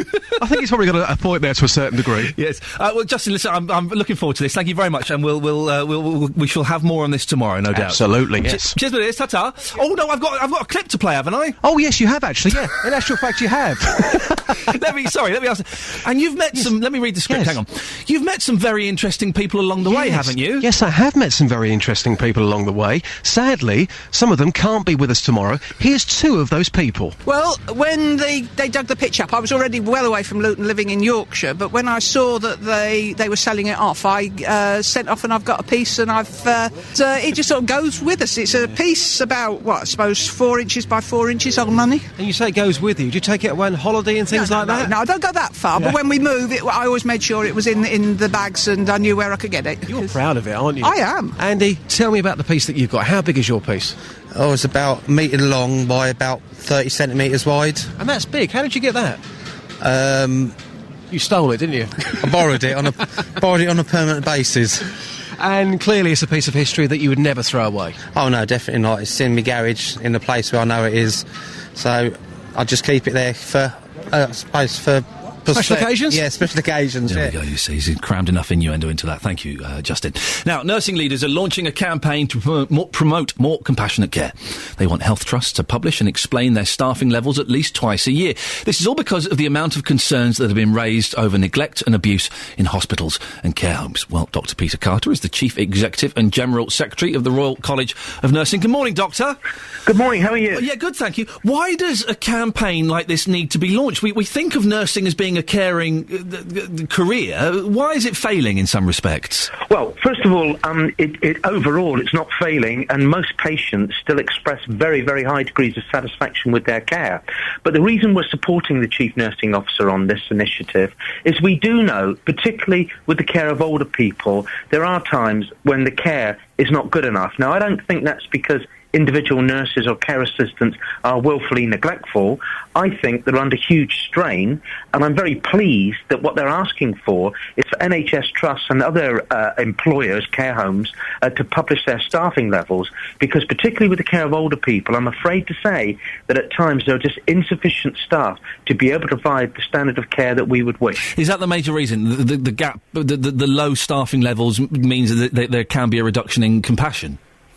Well, what happens is if you've got a ward or a care home with 30 or 35 patients, all of whom require full nursing care, and you've only got 4 or 5 people, you're basically running around doing tasks, and what you don't have is the time and the space to sit down and to properly talk, engage, help someone with their lunch in the way that you would wish. So I'm sorry to say, in many respects, in some of, and I do stress some cases, it's nothing more than warehousing older people, and it's a pretty desperate state of affairs. In nurses in hospitals, I've had some experiences, and most of them have been fan-bloomin-tastic. I have had a couple of experiences, though, where the nurses are have been very dismissive and a little bit cold and rude. There are some people that just don't seem to care. How can we stop that, Doctor? Well, and what I think we should do there is and we are never going to defend people who are willfully dismissive or uncaring. I think what needs to happen there is those individual nurses need to be taken to task, they need to be held to account, and if they're not fit to be in the job, they should be dealt with. Because what happens is the poor nurse is the enemy of the good, and whilst I say the vast majority are great, if you've been on the end of someone with a sharp tongue or an indifferent attitude, you're going to think, my golly, what's happened to the state of Britain's nurses? Now, I know it's good, most people know it's good, but that's no consolation to you if you or one of your relatives have been treated unkindly. Dr. Peter Carter, Chief Executive, General Secretary of the Royal College of Nursing, thank you very much for that. Fascinating stuff.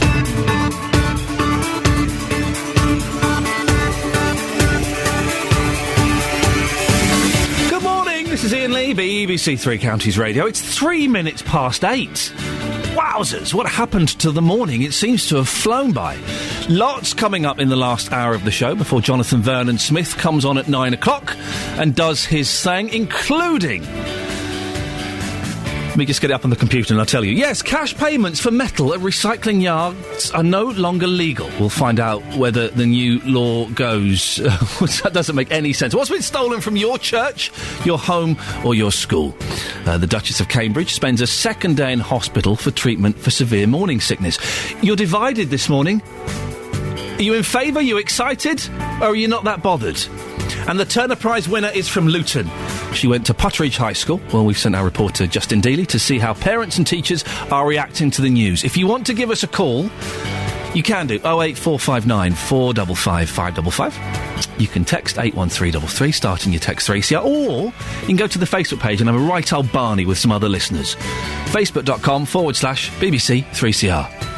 BBC Three Counties Radio. The nation is divided about the royal baby, which is odd, because the front pages of all the newspapers, pretty much all of them, and the news last night, and no doubt the news for the next 6 months, would have us believe that we are all obsessed with the royal baby. And yet it would appear that probably we're mixed at best. Could you give us a call? Thumbs up if you're excited, thumbs down if you're not that bothered. 08459 455 555. We did come up with a theory about 40 minutes ago that the men weren't that bothered and the women were dead excited, and then we had a rash of phone calls that kind of exploded that nonsense. So 08459 455 555. New legislation comes into force this week to try and clamp down on metal theft, which costs the UK economy over £700 million a year. Scrap metal merchants are no longer allowed to buy metal for cash, and they will face increased fines if they're caught out. The law is designed to try and prevent metal thefts from the railway network, church roofs and telephone cables, and some of those thefts are carried out by British Telecom's own staff. Well, BBC Three Counties reporter Tony Fisher has spoken to Inspector Paul Lawrence from Hertfordshire Police. We're visiting the scrap metal dealers to talk about that legislation and make sure that they're prepared for that. But it's also wider than that. It's about working with them and supporting them to prevent stolen metal coming through. Now, most of the registered scrap metal dealers are broadly in favour of this, aren't they? But what about the there are a few unscrupulous ones who perhaps have some reservations about this. There are some. I mean, on the whole, as you say, the trade really is supportive of these measures, and they're working very closely with us to deal with the scrap metal thefts. But there are some that are less keen on the legislation, and they're the people that we need to be focusing on, really. What sort of things can you do to ensure that they don't carry on taking cash for metal? Well, obviously, we need to try and build up relationships, really, with those scrap metal dealers. We need to visit them. We need to make sure they are aware of the legislation and support them to comply, really. But it's not fair because the legitimate scrap metal dealers will suffer if people are doing it unlawfully. So we can take strong enforcement action to make sure that isn't the case.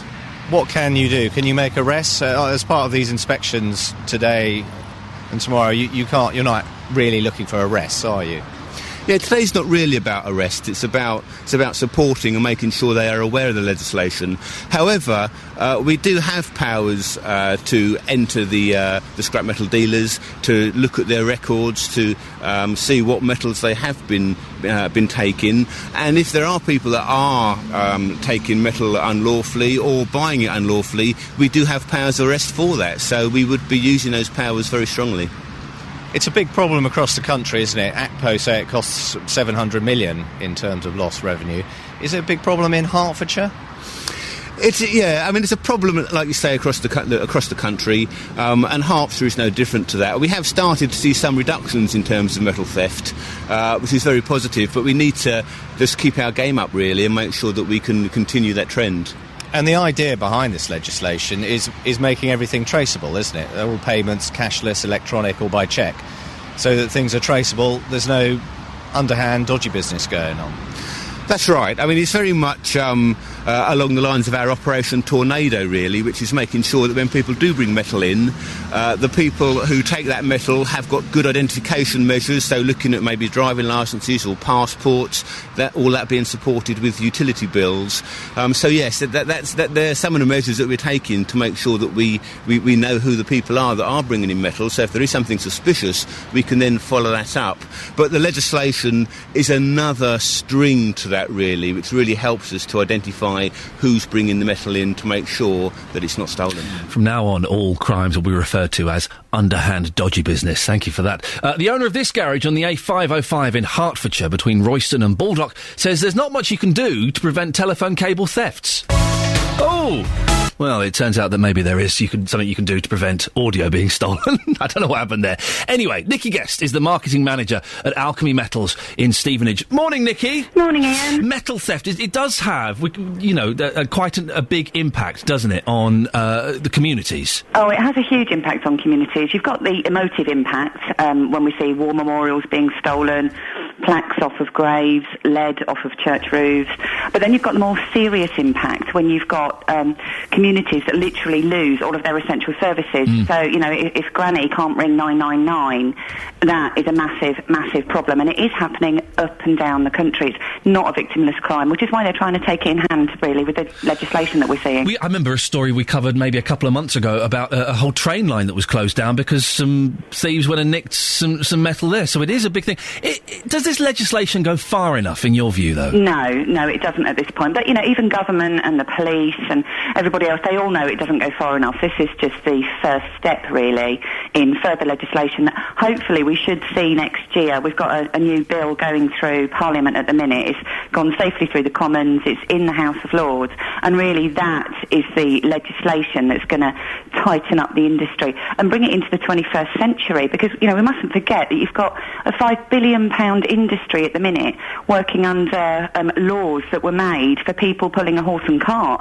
Quite farcical, really. I'm trying to get my head around how this will exactly work, because if people want to sell dodgy stuff cash in hand, they still will, won't they, even if it's illegal? Well, you're always going to find some people that will pay cash for scrap. But what you have to remember is these dodgy people might still be paying cash for it, but they've then got to sell it somewhere. And they will sell it into the legitimate industry. And at that point, with this legislation, we'll have traceability. Right, OK, so you'll be able to trace back where that came from. Absolutely. Right. And, the industry has brought this upon themselves by, literally writing Mickey Mouse on their records. there's been zero traceability there. So this is what this is all about. Nikki, I don't quite know how your business works, but do you get people coming up and saying, all right, love, listen, I've got a load of stuff in the back of the van, you interested? No, we only deal with lovely proper traders.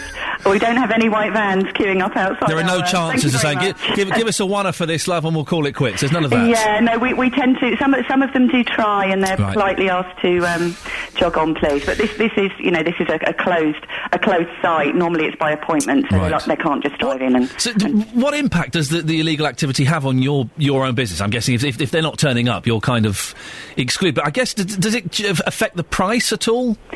No, not particularly. The price of metal really isn't dictated by for merchants themselves. We've had some dreadful problems with metal theft, including our drivers being pulled out of their cabs, threatened with death. And then the load being stolen off the back. Really? We now have to have panic buttons and CCTV all over our lorries, purely for their own safety. This is how serious it is for our industry. So they're driving along and someone says, "Oh, you pull over, mate." And well, they're on a rest break. Right, they're having a little cup of coffee. Yeah, they're on a rest break, literally in a lay-by, having a rest break they have to have by law. And we've had one pulled over about 18 months ago. Literally, they pulled him out, took the load. Oh my goodness! Fairly horrific. It's really, really not good at all. Well, Nikki, hopefully this is the beginning of things changing, it becoming a little bit more legitimate. We hope so. We need next year's bill to go through, and then we really might begin to see an impact on metal theft. Let's face it, we all need it. Brilliant. Thank you very much indeed, Nikki Guest, marketing manager at Alchemy Metals in Stevenage. Across beds, hearts, and bucks. This is BBC Three Counties Radio. There's a baby! There's a baby! On its way in about 6-7 months' time. The royal baby is due. The Duchess of Cambridge is pregnant. It's all over the newspapers. All over the news. And there was a very heated discussion, nay fight, before the show, saying, well, should this be the main story we talk about, or should it be just like an and finally, and how many guests? Are people interested, was what it boiled down to. Are you interested in this royal baby? 08459 455 555. Lynn's in Hazelmere. Morning, Lynn. Good morning. Are you interested in the royal baby? Not at all. See, the tide is turning. Before it was all women who were giving it the thumbs up and the heave-ho, but now it's going the other way slightly. Why not? Well, I'm very pleased for them as a couple, but I really don't want to listen to it. I'm sick of all the wittering so far. I just don't want to know. It's just a baby. And it's not very interesting to, by the time this baby comes, we're all going to be sick to death of it. Well, listen, Lynn, I've got the newspapers here. The front page of The Sun, Kate expectations. The front page of The Guardian, Queen and World find out Kate is pregnant. The Daily Mail, the Mail are loving this. A nation's joy, a husband's nerves. The Daily Express have even gone as far as to say that theirs is a royal souvenir special. Oh, for heaven's sake! No, I won't be reading any newspapers, and as soon as I hear anything about it on the radio or the TV, it'll be turned off. Oh, blimey! Even if I'm talking about it. What? Even if I'm talking about it with my tongue in my cheek. Well, I am sick of it wittering on about it this morning. There's far more important things to think about in the world. Jonathan Vernon Smith's going to be talking about it for the first hour of his show. You can't turn that off, can you? No, I won't be listening to Jonathan this morning. You're not going to be listening to Jonathan? No, not this morning. Wowzers. Okay, well, I'll let him know when he pops in a couple of minutes. Lynn, listen, thank you for your honesty. You're welcome. Tune in after 10. He'll stop banging on about it by then, I'm sure. Oh dear, we've lost Jonathan, a listener. Jonathan Vernon. that was a cheap shot. That was a cheap shot, Jonathan. I apologise. Yeah. It was very childish. Yes. How are you this morning? You seem a little bit, and I'm going to speak freely. A bit dour. A bit dour? Is that how you say it? Yeah, I've never said that word. You seem a bit dour. Really? Yeah, you do. Oh, no, I made a chili con carne last night. There's nothing dour about me. Was it good? Yeah, it's delicious. I've got some in a pot upstairs. When are you going to cook some food and bring it in for me? You don't eat meat? No. It's all I eat. I don't eat anything that's not meat. Just meat? Just meat. So like sausages? Yes. You like sausages? Bacon. Steaks? Beef. I like steaks, beef. Beef, meat pie? Lovely meat pie. Lamb? It's all I eat. A meal is not a meal without meat in it. So, no, I'm not joking. Really? I don't. Even if I had like a vegetarian quiche, I'd have to have a bit of ham with it. Hey, listen, I've been teasing the listeners, haven't you? Because losing me, listeners. Well, no, Lynn. That was Lynn who called in from Hazelmere, and she said she will not be listening to any more shows that are talking about the royal baby. And I said, well, I think Jonathan might be banging on about it for a little bit. Yeah, just for an hour. And she said, well, I'm not listening. I won't be listening to Jonathan then. Really? Yeah, I won't be listening. Oh. This is what I worry about, is that we, as the media, are telling people they should be interested. And they're like going, I'm not bothered. But they are bothered. Well, are they? I think most people are bothered. Come on, this is our future king or queen. We must all gather round to be patriotic and celebrate in this, no? Well, what's happening in your show? Coming up at 9, is there something wrong with you if you're not excited about the royal baby? The Duchess of Cambridge has spent the night in a private London hospital, if you weren't aware, where she's being treated for acute morning sickness. An announcement about her and Prince William's first baby was made yesterday. Well, there's a mixed reaction from the British public. We've heard some of that reaction on your very fine show this morning. You Iain. listening? I've been glued to it, gripped. But from 9 this morning, is there something wrong with you if you're not excited about the royal baby? I mean, I've heard one or two people who've not been excited. What's wrong with them? For goodness sake, what's wrong with them? Why do people have to be so miserable? This is going to be our future king or queen. Right. I think most of the houses in Beds, Herts and Bucks, they will have been having celebratory glasses of Pinot Grigio last night. For goodness sakes. I had a celebratory glass of Merlot Cabernet Sauvignon. I had an argument with my producer this morning. Did you? What do you have an argument about this baby, about whether people are interested or not? Of course they're interested. Indoor language was used by me, I hasten to add. No. People love it. Okay. Lynn of Hazelmere, she's out of the patch. She's out of the patch. People in Beds, Herts and Bucks, yes, they will be very excited about this royal baby. Well, we'll see. And then, so what's your question? I'm confused as to what your question is. Is there something wrong? It's very simple. Okay. Is there something wrong with you if you're not excited about the royal baby?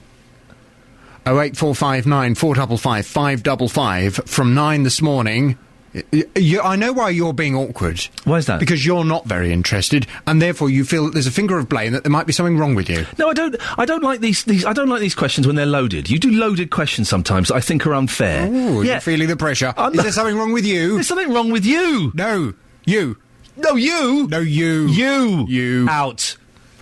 Goodbye. It was awkward, wasn't it? He's on at 9-ish, if you're that bothered. On the dot! Yeah, all right, bye.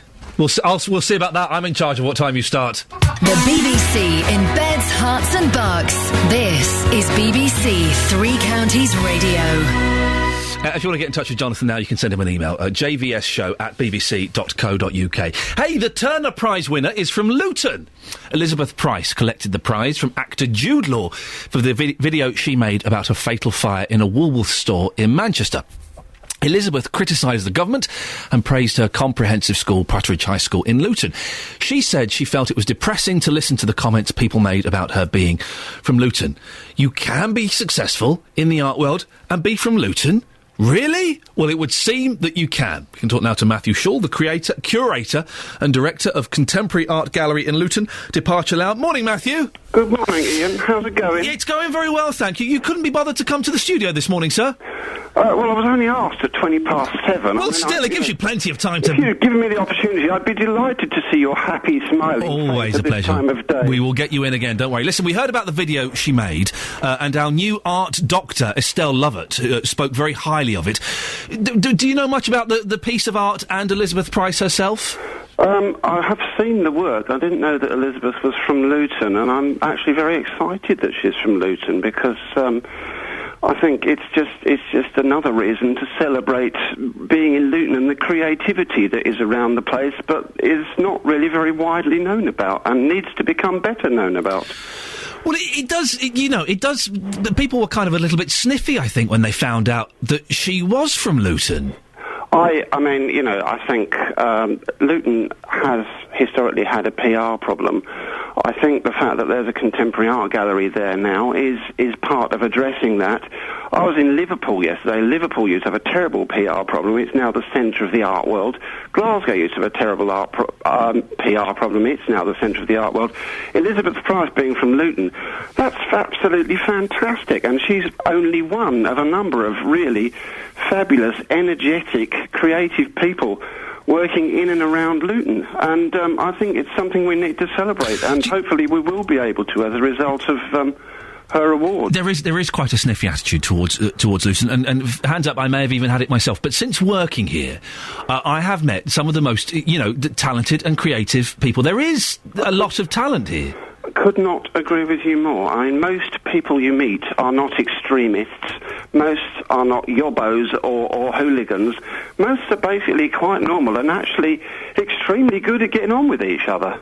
You're trying to change the sort of image of Luton being slightly dull and lifeless, aren't you, with the Departure Lounge? Well, I mean, let's be absolutely clear about it. The fact that I put a gallery into Luton is because, it's a very interesting urban context. It feels to me like a part of North London that floated upstream. It's got nothing to do, it seems, with St Albans or Harpenden. It feels very different. But because it's, as you say, people are sniffy about Luton, there are opportunities there. I mean, people have said to me it's a bit like Hackney or Hoxton was 30 years ago. I think it's actually perhaps more interesting and even edgier. I mean, I do agree, it is highly unlikely that a contemporary art gallery would set up in Luton. It's also highly unlikely that a contemporary artist would win the Turner Prize and be from Luton.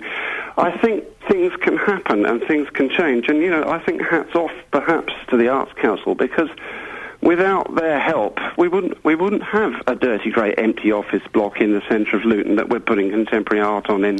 Are people coming through the door? We're getting a reasonable amount of people. We are, needless to say, marketing and PR is always a time-consuming problem that we have difficulty dealing with. But we had a gallery talk on Saturday. We had about 15 people. We've also been shooting a film there with a Hollywood actress last week. Who? Lindsay Lohan? The Hollywood actress is called Olivia Darbo, and she was in A View to a Kill. She is. And that was Mariam Darbo. That was Mariam Darbo. That was good. Olivia Darbo is the daughter of Mike Darbo, who's the Mighty Quinn. The Mighty Quinn, exactly. She was in The Wonder Years, and she's been in Star Trek. And we've commissioned an artist called Sarah Baker to make a film called Imperioso, which is about the life of. It's about a life of a fictional character called Lucia Lucci, who is based on the Gucci heiress who murdered her husband when he sold the company. Matthew, listen, you're making a film and you didn't ask me to come and be in it, for goodness sakes. I was in a film with Angelina Jolie once. I must admit, now that you've become a radio persona, I've sort of your devilishly beautiful good looks have sort of faded into the background of my perception. Oh, Matthew. But now that you mention it, you will of course be first on the list of people to be in the next film that we commission. I'm going to be in a film and make loads of money. Matthew, lovely to talk to you, and well done for getting in a Wonder Years reference. Always nice to have that be reminded of that fantastic TV show. Great to talk to you. Have a good day, and yes, I'd be delighted to come and see you face to face sometime soon. You get me in a movie, fella, and you can meet me anywhere you want. Matthew Shaw there, who runs the Departure Lounge, the Contemporary Art Gallery in Luton. We've been talking about, I was going to ask him about Spartacus Chetwynd, who's now my favourite artist. During all the breaks and all the news, I keep Googling Spartacus Chetwynd, who was mentioned earlier on and was up for the Turner Prize and didn't get it. She's wonderfully bonkers.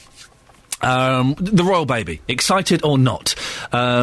Steve says, I'm excited about the baby. Might get another day off. I went to the pictures when they got married.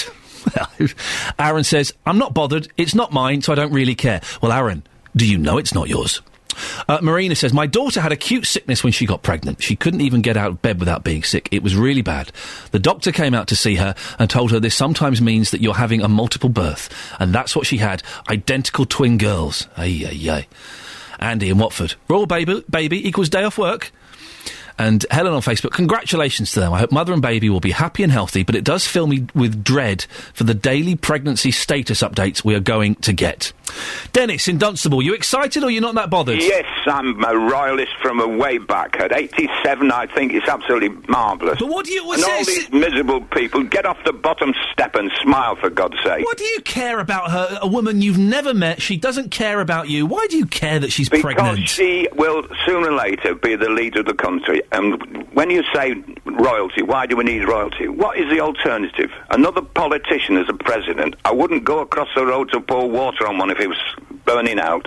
Quite frankly, the politicians are the ones we want to get rid of. Keep royalty. So Dennis, okay, this is going to be a well-looked-after, privileged child that's going to have more money than we could ever imagine of having, going to have every opportunity in the world when other people are suffering. Is it really right to be making such a fuss of this special golden child? Would it be really right to reduce her to what everybody else is, that are in misery? You know, put the poor little soul in scrap clothes and feed it on rubbish? No. Why should you come down? You should be going up. I'm not saying that these other kids shouldn't get better treatment. Don't get me wrong. I'm all for the children, babies particularly, are my great love, and I love to see them laughing and giggling, and so that's how babies should be. Now, don't say because she's going to be well looked after that she shouldn't be well looked after. She should be reduced to poverty.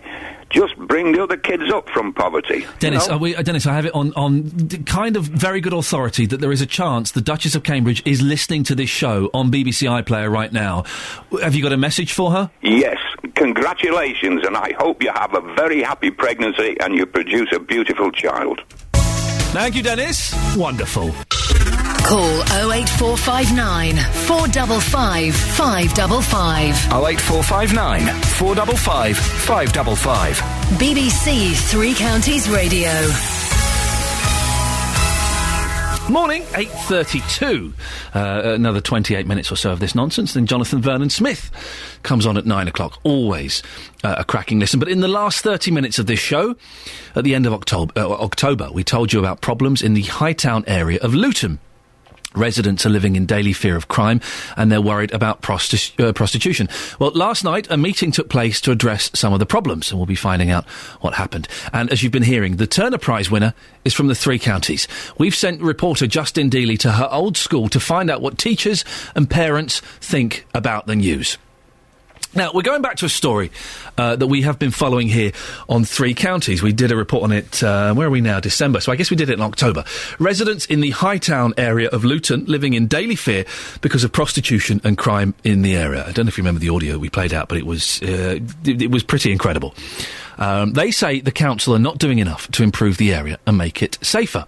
A local charity called Azalea, which offers support to women involved in the sex trade, has also been criticised because people living and working locally feel the work they do encourages prostitutes to stay in the area. Well, last night, the second meeting took place between the council and local residents discussing the issue. Bridget, not her real name, was there. Morning, Bridget. Hello. Bridget, last month's meeting, not much happened because they said little could be done because of the PCC election. Did that change last night? Oh, yes, it did. Well, go on, what happened? It was a most absolutely explosive meeting. We've been to many meetings, but this was one of the most angriest that I've ever attended. Who was angry, Bridget? Oh, the residents were very, very angry indeed. What kind of stuff were they saying? I mean, they're angry about the crime and the prostitution, I'm guessing. Yes, well, that was the subject, and also about some of them didn't know that Azalea, what it was doing, and when they did find out, they absolutely went mad and said, you know, we, the people, the innocent people that have to live with it round the clock, would like some TLC and Christian love as to improve our lives. I have to say the police were amazing, and we had a range of ranks there, including Chief Superintendent Colborne, who I feel gave his all, and I do feel the police are bending backwards, but for us, we do feel that right across the board there is too much sympathy with the prostitutes. We need help, and we need some help, and we need some care, and that is it in black and white. But yes, it was a very, very volatile meeting. So who would you say was creating the problems? You're saying the police seemed to be very helpful. Was it the council? Was it Azalea? I think people are just so angry that over the years and years they say they hear the same old thing and nothing positive feels to be done. One lady is absolutely desperate for the car park to be closed, and she has got every right, because, you know, she could see porn shows from her window every night if she cared to look out, and there seemed to be no conclusion to that, and she was absolutely devastated. She's got a wide variety of health reasons. And then other people were saying, you know, the prostitution is so in your face, with prostitutes at your back door, men coming round, every nook and cranny, all the used condoms lying on the floor. It all came up last night, and the sad fact that, again, the utility rubbish chutes are, again, being actively used by prostitutes and men. So, just tell me who spoke at the meeting last night, Bridget? Who do you mean, who spoke? Well, so the police officer you mentioned spoke. Did anyone from the council address you? Well, the two local councillors, Roxana Whittaker, one of them, she was talking quite a lot. But really, you know, it was the people, the floor that took that event. And what's going to be done? What was the conclusion last night? Well, Chief Superintendent Colborne, he said he feels our pain immensely, and he is going to do everything he can, and he is. And given the climate of so many really raw cuts, you know, I really admire him, because this is going to cost. And then the council also obviously were listening very much. And again, you know, if these young councillors wish to be re-elected, I think they have got to be on the scene a bit more as well. Our way, not the prostitute way. Do you feel any more confident after the meeting last night that things are going to start to change? Well, we always live in hope, and as I said, with the savage cuts that are around, I don't feel we can expect too much, but we can live in hope. We can keep putting on the pressure, and something will have to come of this, because really it can't go on the way it is. There has been a marked difference in our area. We're not seeing so many pros, but then when you hear they're now coming out of rubbish chutes at all hours of the night and day, you think, oh, here we go again. Bridget, are you saying that the prostitutes are taking their customers into rubbish chutes? Yes. And this has been happening for a long time.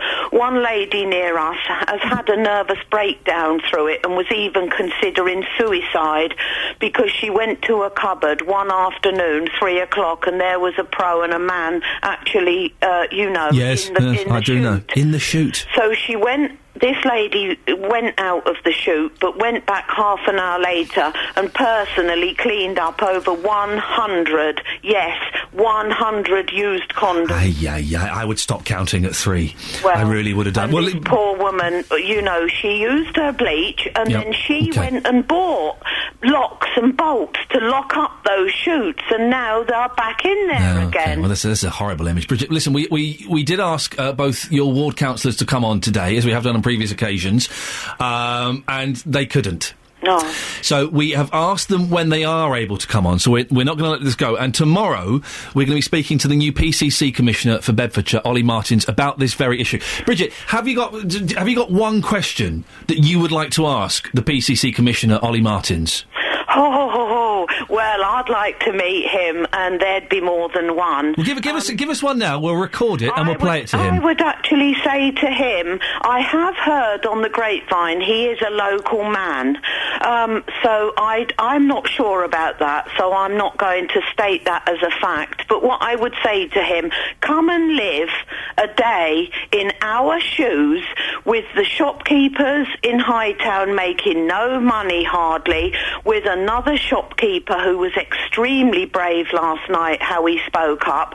Listen to all our stories and then see if you feel that the pros and all that goes with them should be having all the tea and sympathy. Come and feel our pain for one day and you wouldn't like it. Bridget, do you want to speak to him tomorrow? I don't mind. Okay, can we give you a call tomorrow at some point? Well, and you can have a chat with him. Lovely. Okay. Bless you. Speak to you Thank later on. you. Bye-bye. There we go. Well, he's coming in. Ollie came in, and I think he did say he lived in Hightown. I'm sure he said that when he came in. So it'll be interesting to find out. I'm already calling him Ollie.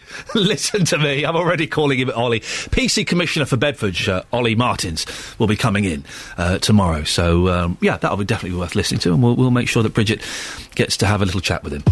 This is Iain Lee on BBC Three Counties Radio. There's a royal baby due to be born at some point in the next year. The Duke and Duchess of Cambridge, they are expecting. It's all over the place. And we really debated this morning, hard and fast, about how we should cover this, if we should cover it, how much we should cover it. Because the part of the team thought, do you know what, this really isn't a story. We don't think people are interested. The other part of the team went, no, hey, this is big. Everyone's interested.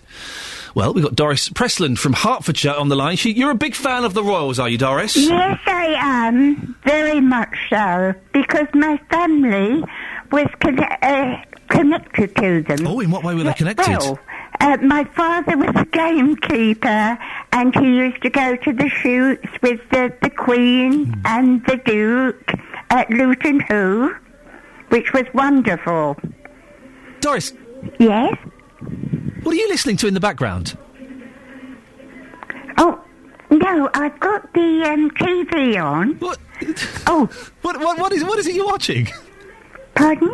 What is it you're watching? It sounds very bouncy. No, I'm in the kitchen, actually. Okay. It's just I can hear some very bouncy dance music. It sounds like you're having a party. Can you? Oh, wait. No, don't. It's absolutely fine, Doris. Honestly, I was just curious as to what it might be. Would you hold the line, then, while I just turn it off?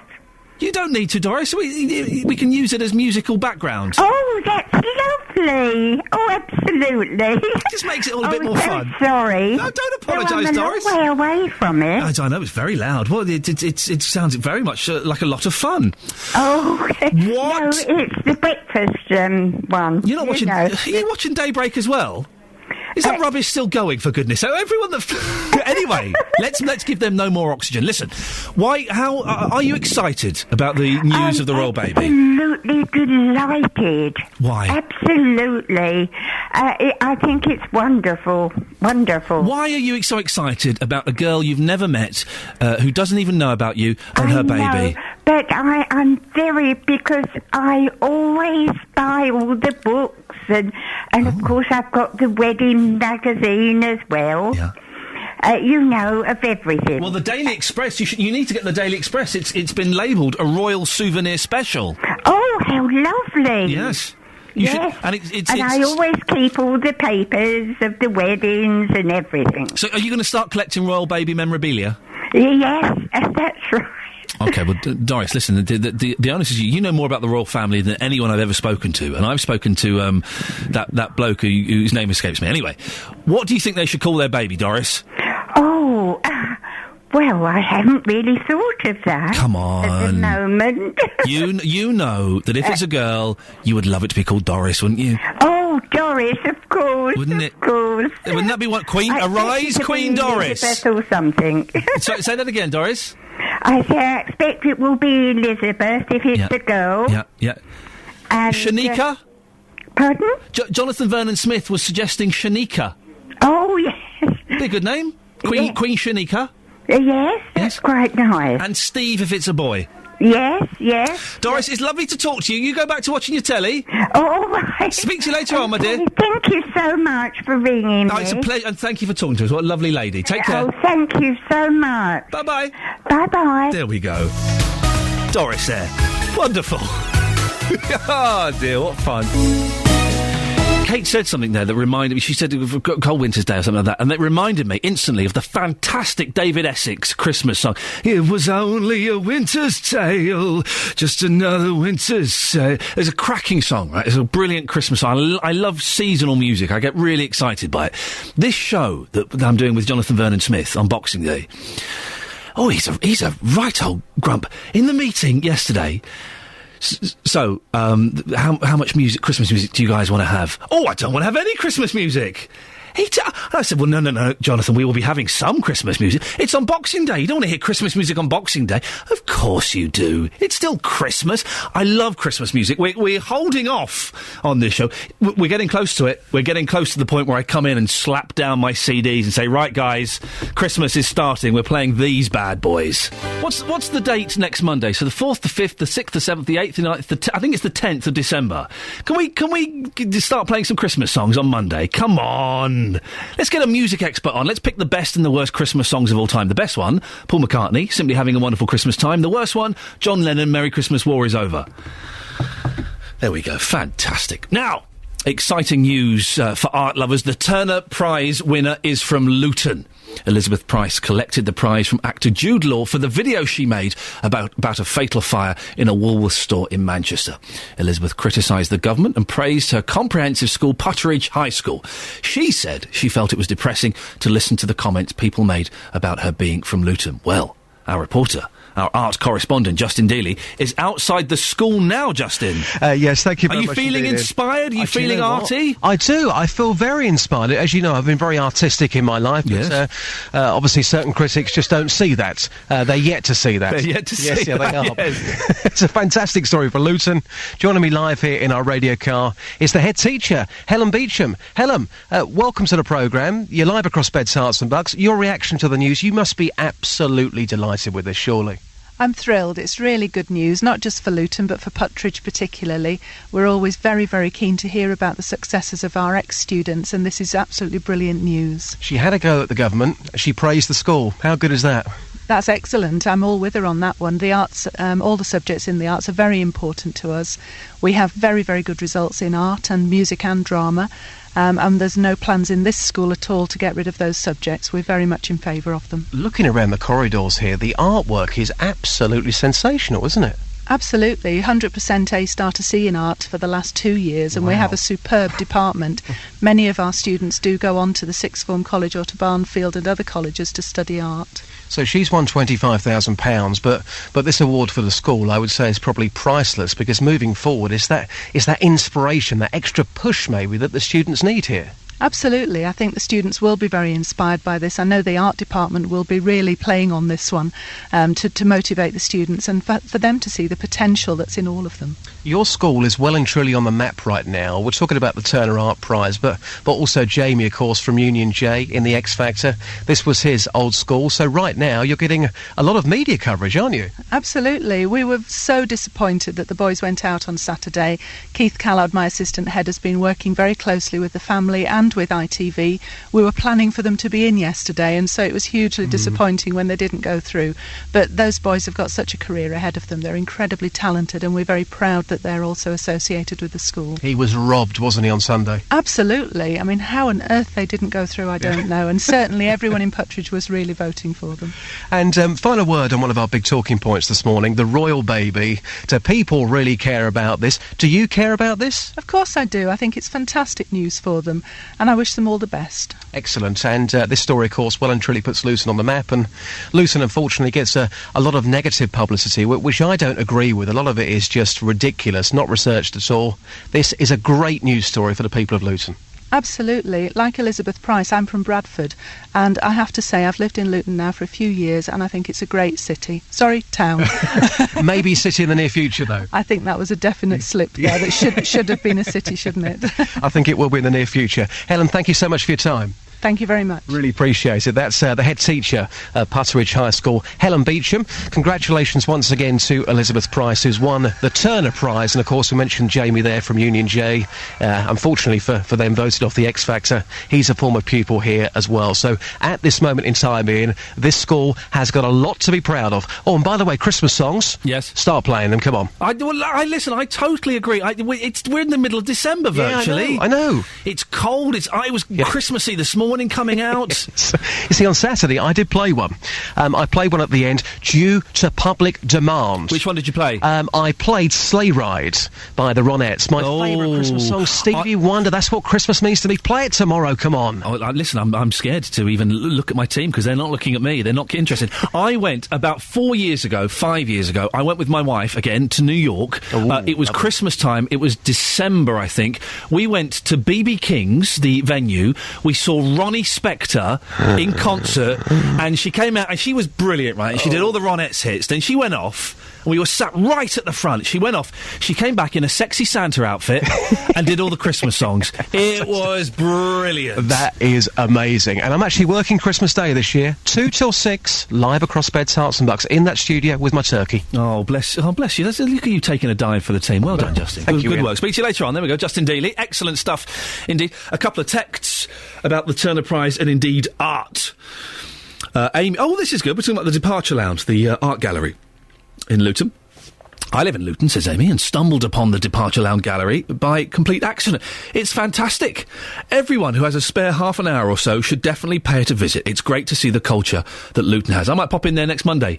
Next Monday I have to stick around. I have to stick around for 2 hours to have a fire safety training thing. I know what to do in a fire. I run like hell and scream like a girl.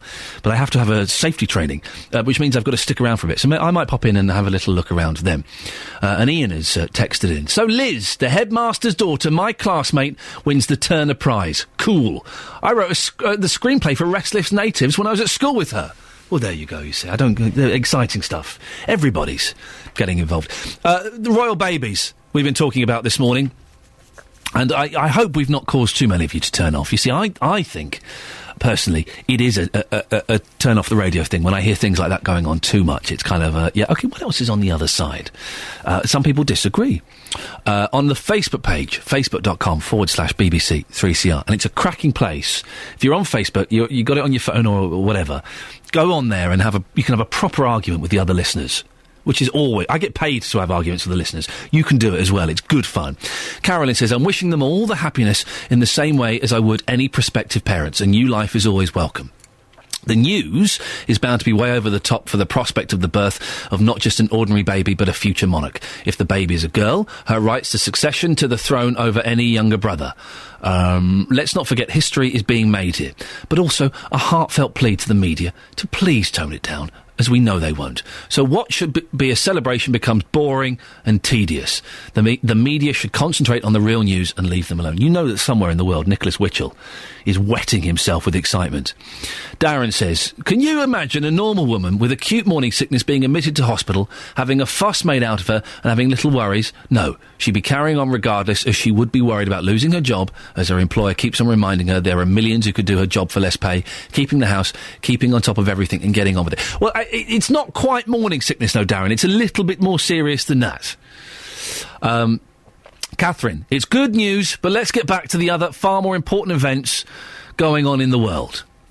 So you're split. I'm going to fight the fight, dear listener, and make sure that the coverage on this show is going to be reeled in as much as we can. I shall be fighting that fight, don't worry. And on the JVS show this morning, from 9 o'clock, he's asking, is there something wrong with you if you're not excited about the royal baby? Sometimes he does set these loaded questions, doesn't he? Phone up and give him a right royal rollicking, please. Tell him exactly what you think. Tomorrow's show, dear listener, I have a couple of minutes to spare, which is exciting because it means I can tease what's coming up on tomorrow's show. It's the thing we've been plugging for, it feels like forever. I never thought it would happen. And I thought if it did, it would be a damp squib. It's looking like we might be making history on tomorrow's show. History, dear listener. We will reunite Luton Town's AstroTurf. No, that was my reaction when I first heard that's what we're going to be doing. But it turns out this might actually be quite a big thing. Justin Dealey has worked like crazy to prove me wrong and humiliate me live on air. It's going to be big. It's going to be live. You can pop down. If you go to the Facebook page, excuse me, we're going to put all of the details on there of where and when it's happening, OK? You can go along live. Lucy Sports Park. 7:30am. You can go along. You can see the football pitch being reunited. You can meet some stars. And if you've got any of the pitch, bring it down. All right? There we go. I think we did all right. That was quite a good fun show. If you missed any of it, do go and have a little listen on iPlayer. It was some cracking bits and pieces. More cracking radio coming up now as one of my favourites. Jonathan Vernon Smith is on. Speak to you tomorrow. Ta-ta. Getting beds, hearts and bucks talking. This is BBC Three Counties Radio. What a smoothie. Thank you, Iain.